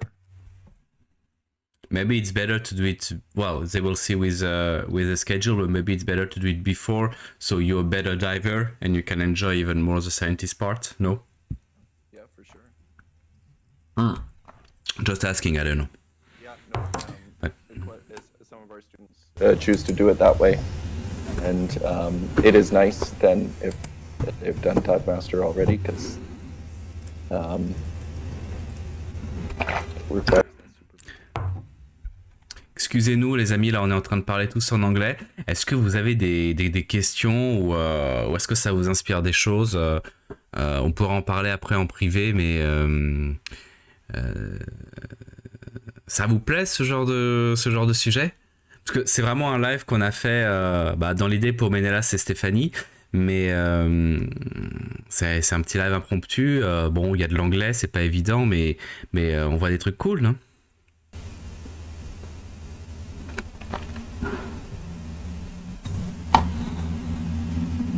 Qu'en pensez-vous? Was this video early morning? Yeah, sunrise diving. I think I woke up in time. This week we went out for sunrise dives, but I slept in. pour vous donner une idée à quel point j'étais déterminé, le 3 octobre, c'était mon anniversaire du coup, et donc le soir, chose que je ne fais jamais, j'ai bu 2 bières, hein. Et je me suis levé le 4 à 3h du mat pour aller préparer mon matériel et pour aller à l'eau à 5h du mat et pour pouvoir filmer ce bordel. J'ai travaillé chez Blue Corner pendant 1 an, à plonger tous les jours pour essayer de voir cet animal là. Je ne l'ai jamais vu. Et le lendemain de mon anniversaire, la seule plongée du matin que j'avais prévue, paf, El famoso mola mola. Ouais, Andrew, il a un accent facile, déjà parce qu'il est canadien et pas américain, et en plus, vu qu'il vit en Indonésie, il a un accent qui est simple à comprendre. They are saying your English is easier to understand. Thankfully, you're not British. Wish my French was better as a Canadian. Wow. I live in the wrong part of Canada for that. I use it in Canada. Yeah, and your friend Israel is mostly French fluent, so he should teach you. C'était mon cadeau d'anniversaire en effet, Floki. Do you want to add other stuff, Andrew, or maybe we can slowly go to the end? Ou vous, les amis, si vous avez d'autres questions, allez-y, profitez qu'on a Andrew. N'hésitez pas, je traduis et tout. Y a pas de problème. La captation a été bonne. Le son, donc je vais mettre la vidéo en ligne dans la foulée. Mais n'hésitez pas si vous avez des questions, les amis. C'est le moment. Ou s'il y a des éléments que vous voudriez revoir, je sais pas. D'ailleurs, est-ce que ça vous intéresserait aussi que je mette les vidéos que j'ai utilisées pour ce live en vidéo exclusive, où il y aurait juste une petite musique et vous pourrez voir les fonds et le programme? Le replay sera en privé. Celui-là, je vais peut-être le partager pour donner aux gens l'envie de nous rejoindre sur Discord et pour faire parler d'Andrew. Mais le replay, je le partagerai de toute façon dans Replay Live sur Discord.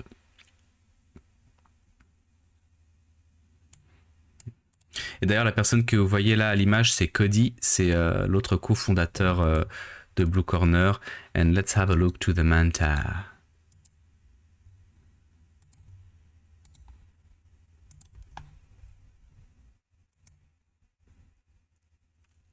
Regardez, ça c'est à Manta Point.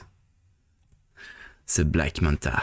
So this is a melanistic manta, where most mantas are white on the bottom, but 10% of the population around Penida has black on the bottom.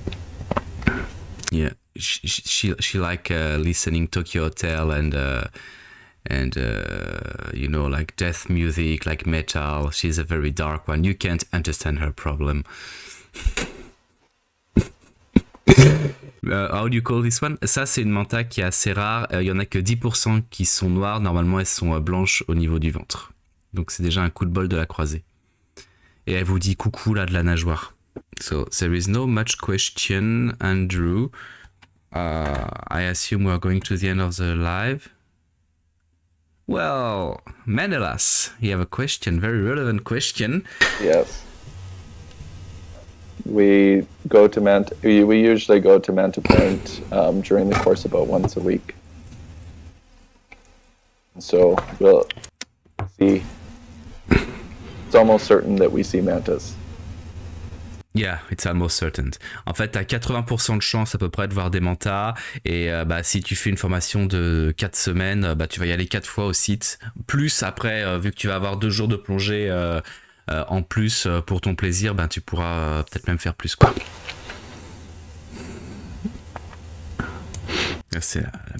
I forget I had this footage of this one. And let me show you. Laissez-moi vous montrer aussi celle-là, là, qui apparaît là.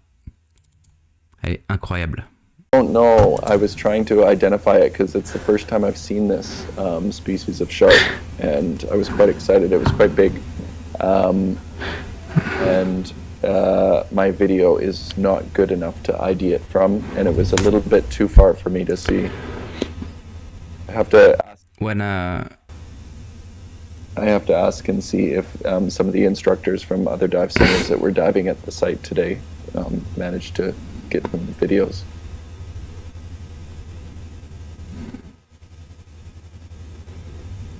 I'm just waiting the question of Menelas if you have more question, and then we will let you go because it's late for you. You probably want to sleep. You have to wake up early tomorrow. Yeah. Well, actually, Andrew, you will stay on the Discord, so they also can speak with you on Discord. And Andrew fait partie du Discord maintenant, donc tu peux même le contacter sur Discord. Après, sur Instagram, c'est un... Well, you can also share your Instagram if you want, as you want, Andrew, but you... Whatever is you can... easiest for you guys. Mais Andrew maintenant est invité dans le Discord, donc tu vas pouvoir le contacter aussi sur Discord. Ou tu me relances, mais Nélas, il n'y a pas de problème. Et regardez ce qui apparaît au milieu de ces snappers. Look what's happening on the middle of the snappers. Oh,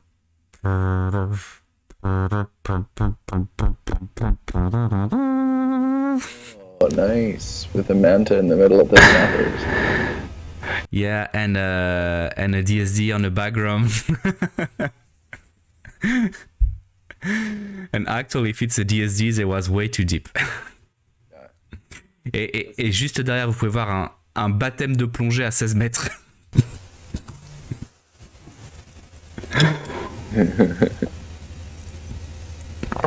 And updiver disappear.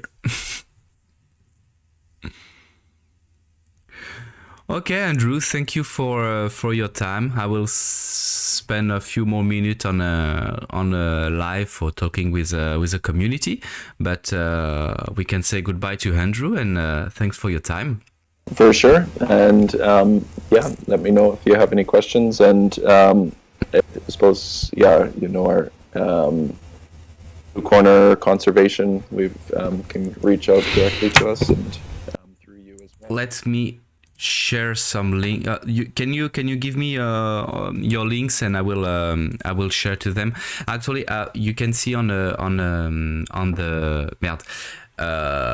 the Discord we create like we just have a few names, but we create like a list of all of our partners. So you will be a part of our partners on the Discord, and so we'll put the detail like Instagram, Facebook, and emails and stuff like this. So everyone will be able to reach you. Right. Thank you, Andrew. You can have a good night and let's chat another day, and you will tell me how it goes. Did you enjoy? Did you enjoy this live? It was. Are you used to do this kind of stuff? Great. Sorry that my French is not enough to present in French. Well, it's okay. It's okay. Yeah, but thank you very much for the opportunity. Good. Thank you, Andrew. Okay. Bye bye. You just have to close the window. You see, you have like a red phone. You just click on a red phone, and then I will close your camera, so Okay. you will not be in trouble. Et on va couper sa caméra. Attends, j'arrive pas à trouver la caméra d'Andrew. On va passer en caméra solo. Voilà. Ou plutôt solo YouTube. Alors les amis, vous en avez pensé quoi? On peut parler. Tiens, d'ailleurs, Menelas, je te démute si tu veux parler. Attends, je vais te démute. Hop là. C'est intéressant comme sujet, non? Ouais, bah franchement, c'était parfait, hein, c'est trop bien. C'est trop bien de pouvoir lui poser des questions et tout. Nous, on est super chaud. En plus, c'était un peu sur les détails des formations, on avait des questions et tout, donc c'est cool. T'étais avec Tiffany là? Non, mais je transmettrai tout, puis je débrieferai le replay. Ok, super. Bah, je vais mettre un replay. Bah, ça va quand même être encore un live de 2 heures, hein, mine de rien, le temps file. Non, mais je suis content de vous présenter ce projet. Ouais, je discutais pour les discounts et tout. C'est difficile de descendre des prix sur les grosses formations. Parce qu'en fait, sur les grosses formations, c'est le plus cher, mais c'est là où ils donnent le plus d'argent aux fédérations, quoi. Donc, Ouais, bien sûr. Bah, j'ai vu là, de toute façon, il y avait les packages sur la plaquette, la Dive Master et scientifique, qui fait que c'est quand même plus intéressant, quoi. c'est ce que je te conseille de faire, même de façon générale. Les longues formations, c'est ce qu'il y a de mieux, parce que plus c'est long, plus tu as le temps d'assimiler les cours, quoi. Ouais, ouais, carrément. Puis comme ça nous fera. Enfin, on aura plein d'expérience dessus, quoi. Grave, grave. Et par curiosité, en vrai, j'ai vraiment la trouille d'organiser des voyages, mais là, on serait sur un budget avec le billet d'avion. Donc, le billet d'avion, il va être à 1 200 euros. Le logement, tu peux t'en sortir pour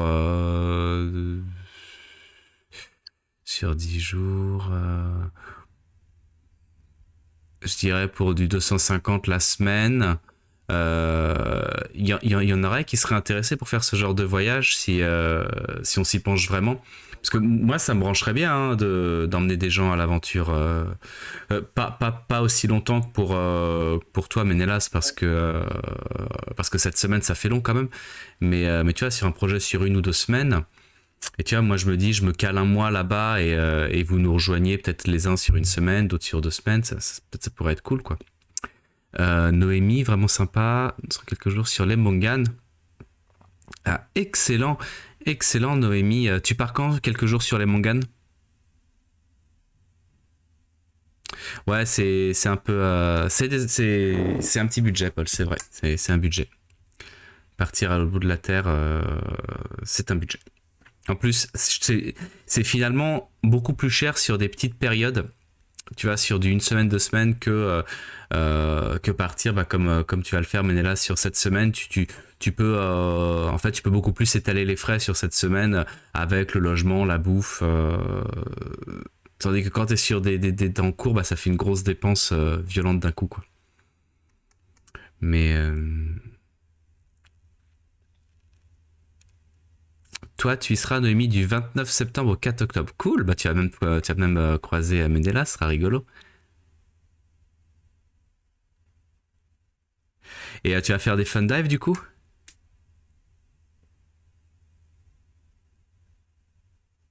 Cool, cool, cool, cool.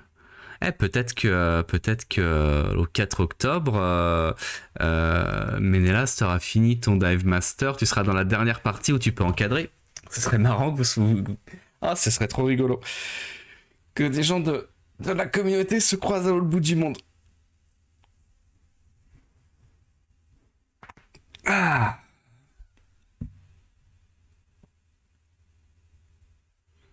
non, c'est chouette. Est-ce que y a d'autres gens qui auraient des questions ou des recommandations ou des idées? Il y a des passerelles de Zef Paddy. Ouais, bien sûr. Bien sûr.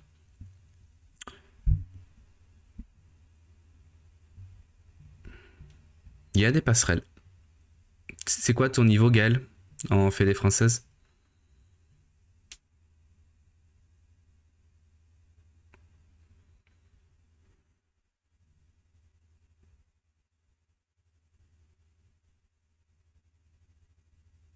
Ouais, N4, t'es tranquille. N4, c'est quasiment équivalent Dive Master, donc tu seras N4, tu seras largement advanced de chez Paddy, donc il n'y a aucun problème. Ouais, tu trouveras super facilement, Ménélas. Super facilement. En plus, non, super facilement. Je pourrais te recommander une petite piole sympa. Ce qui va te coûter, mine de rien, le scooter te coûtera pas mal de thunes. Essaye de voir avec Andrew s'ils peuvent pas vous trouver un scooter à louer. Peut-être qu'ils ont des copains, ils arriveront à négocier mieux que vous. Mais ouais, tu trouveras, t'inquiète pas. De mon temps, les amis, de mon temps, quand j'étais allé à Nusa Penida, les amis, eh bien, il y avait pas d'hôtel. Il y en avait un seul que j'avais trouvé avec ma copine, c'était il y a 8 ans. Oh mon dieu, la vieillesse. Il y a 9 ans. Ah, tu vas où toi en septembre, Gaël?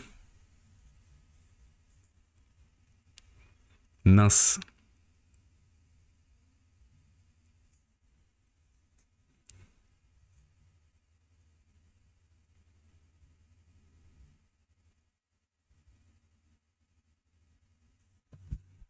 Ouais, pour les passerelles.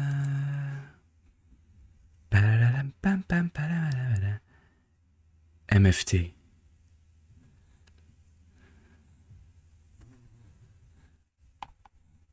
Quand j'ai ouvert le lien Floki, j'ai lu MST, j'ai pas compris. Mais... Ah ouais, c'est bien fait. Ok. Bon.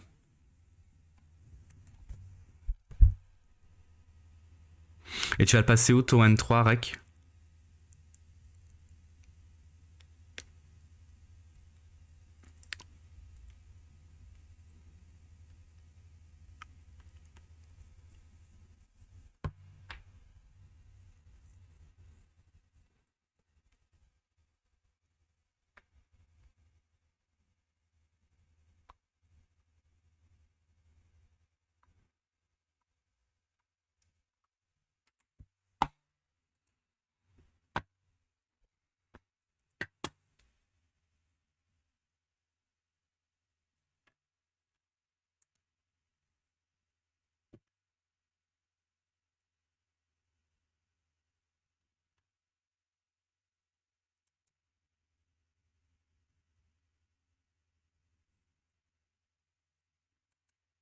Ouais, mais tu peux faire des passerelles de chez la Fédération française à Paddy, t'inquiète pas. Tant que c'est pas sur les niveaux professionnels. C'est à partir du Dive Master où ils sont un peu plus chiants.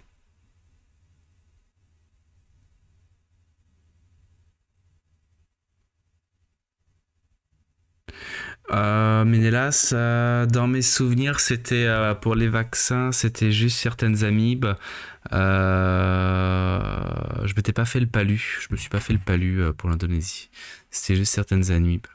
Mais honnêtement, ça a changé l'Indonésie. Hein. T'as des hôpitaux partout maintenant. C'est plus ce qui était il y a 10 ans. Hein. Le son est bon, je m'entends plus, c'est bizarre. Vous m'entendez quand je parle?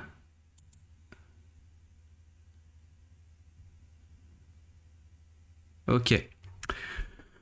Ok. Bon, c'est cool.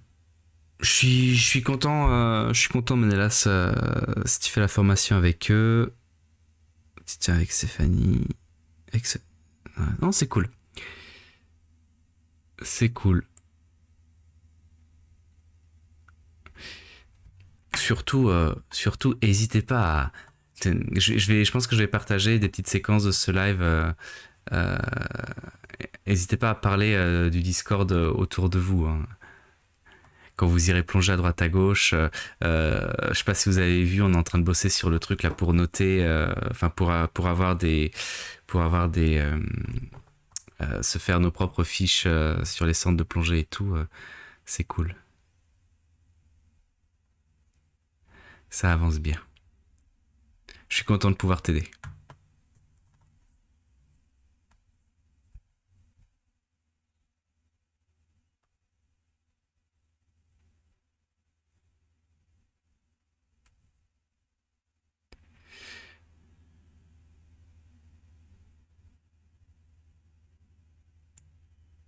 Ah, j'ai pas vu la fin de ton message. Des conseils. J'ai déjà une vidéo où je donne des conseils de localisation, des trucs à faire. Après, pour les bourbiers, honnêtement, en Indonésie, on a de moins en moins. Ils sont développés tous ces pays maintenant. Il n'y a plus les mêmes bourbiers ou les mêmes niveaux de corruption. Le seul bourbier, c'est tout ce qui est migration pour renouveler le visa. C'est un peu chiant, mais ça s'arrête là, quoi. Il y a... Puis, je vais te dire un truc honnêtement, Ménélas. Je dis pas ça méchamment, mais c'est bien si vous tombez dans un ou deux bourbiers. Il n'y a pas de bourbier particulièrement dangereux en Indonésie. C'est juste des fois vous allez perdre du temps pour des conneries, mais ça fait partie du jeu. Hein. Ça fait partie du jeu, c'est pas bien méchant.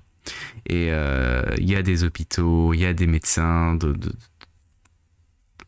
bon niveau, tout roule très bien, t'as pas à t'inquiéter particulièrement. Juste prends-toi une bonne assurance voyage parce qu'on sait jamais, faut jouer la prudence là-dessus. Je vais vous laisser aussi parce qu'il faut que je fasse du montage pour d'autres vidéos, faut que je bosse sur les vidéos à venir, faut que je prenne de l'avance parce que je pars en Égypte bientôt. S'il y a d'autres gens qui sont branchés pour septembre et faire de la plongée, éventuellement dites-le dans le Dive Master scientifique pour voir si on essaie d'organiser un truc ou pas. Après, moi, j'avais pas vraiment pensé à ça parce que vous savez que ça me fout la trouille. Mais si vous êtes vraiment chaud, moi, je suis ouvert aussi. Hein. Mais c'est un truc où je suis je suis pas encore très à l'aise. Mais on peut réfléchir à tout ça.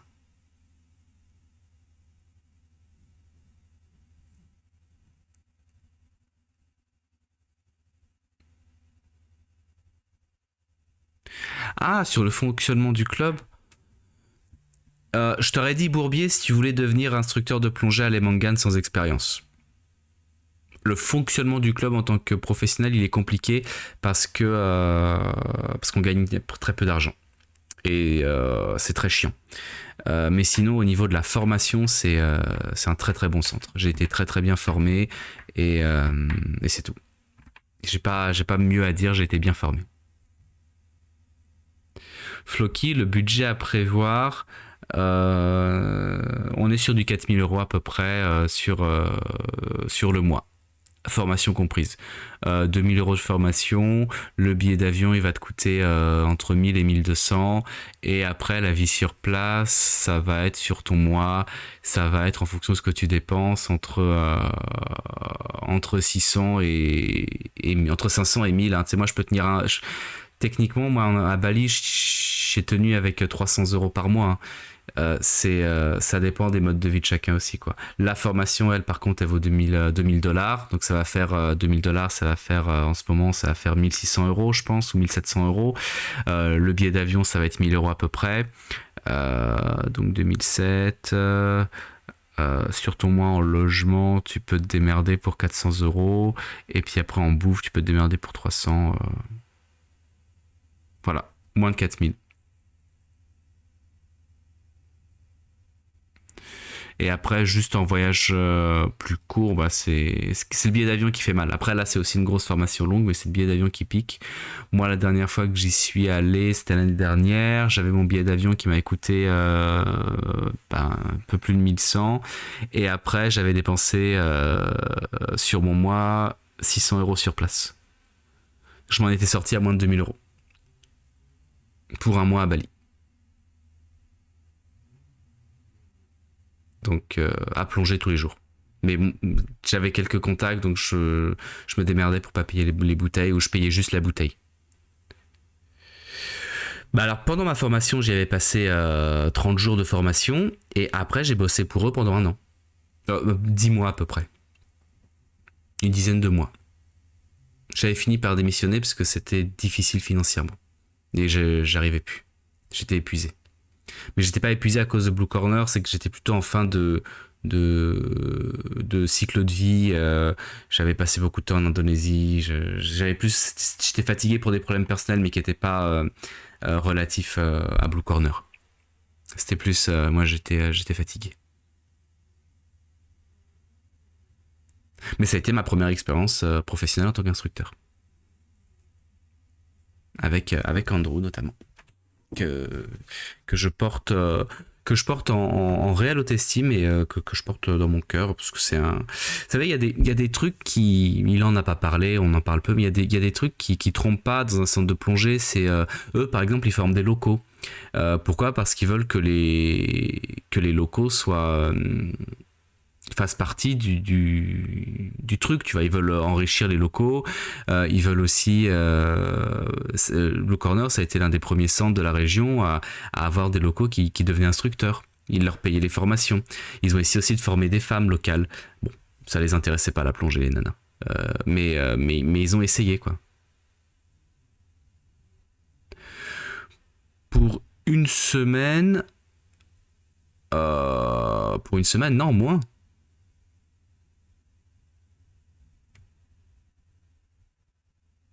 Bon, ça dépend de ton mode de vie, Gaël. Ça dépend tu vois, moi, je vais dans des pioles à 7 € la nuit, tu vois. Par exemple. Donc, tu vois, en logement, j'en ai pour moins de 100 euros sur une semaine. En plongée, bah, justement, on peut se démerder si on y va à plusieurs pour descendre un peu les tarots. Tu vois, ça dépend de ton mode de vie. Et en resto, si tu bouffes cheap, tu t'en sors pour 2 euros, quoi. On peut en parler. Franchement, si on est plusieurs, ça pourrait être marrant.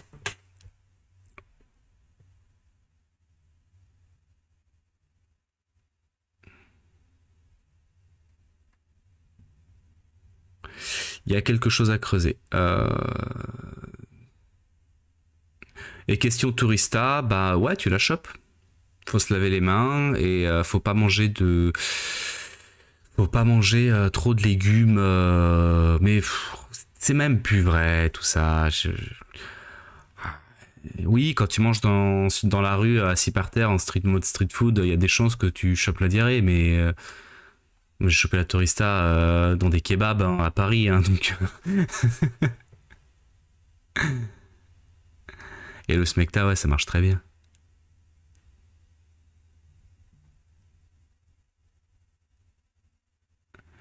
Là, moi, ma pire tourista, j'ai été hospitalisé pendant une semaine en Bolivie. J'ai failli mourir à cause de la tourista. Ça, je vous raconterai un jour. Mais j'ai vraiment failli passer là, par contre. C'était pas facile. J'étais fatigué aussi. Hein. Ouais, 15 kilos, 15 kilos en 2 semaines, ça tape. Hein. Non, non, non. Non, il n'y aura pas de vidéo là-dessus. Vous voulez pas savoir. Ce sont des choses, faut que je garde le mystère. Hein. Vous voulez pas savoir ce qui s'est passé en Bolivie restera en Bolivie. Alors là, forever.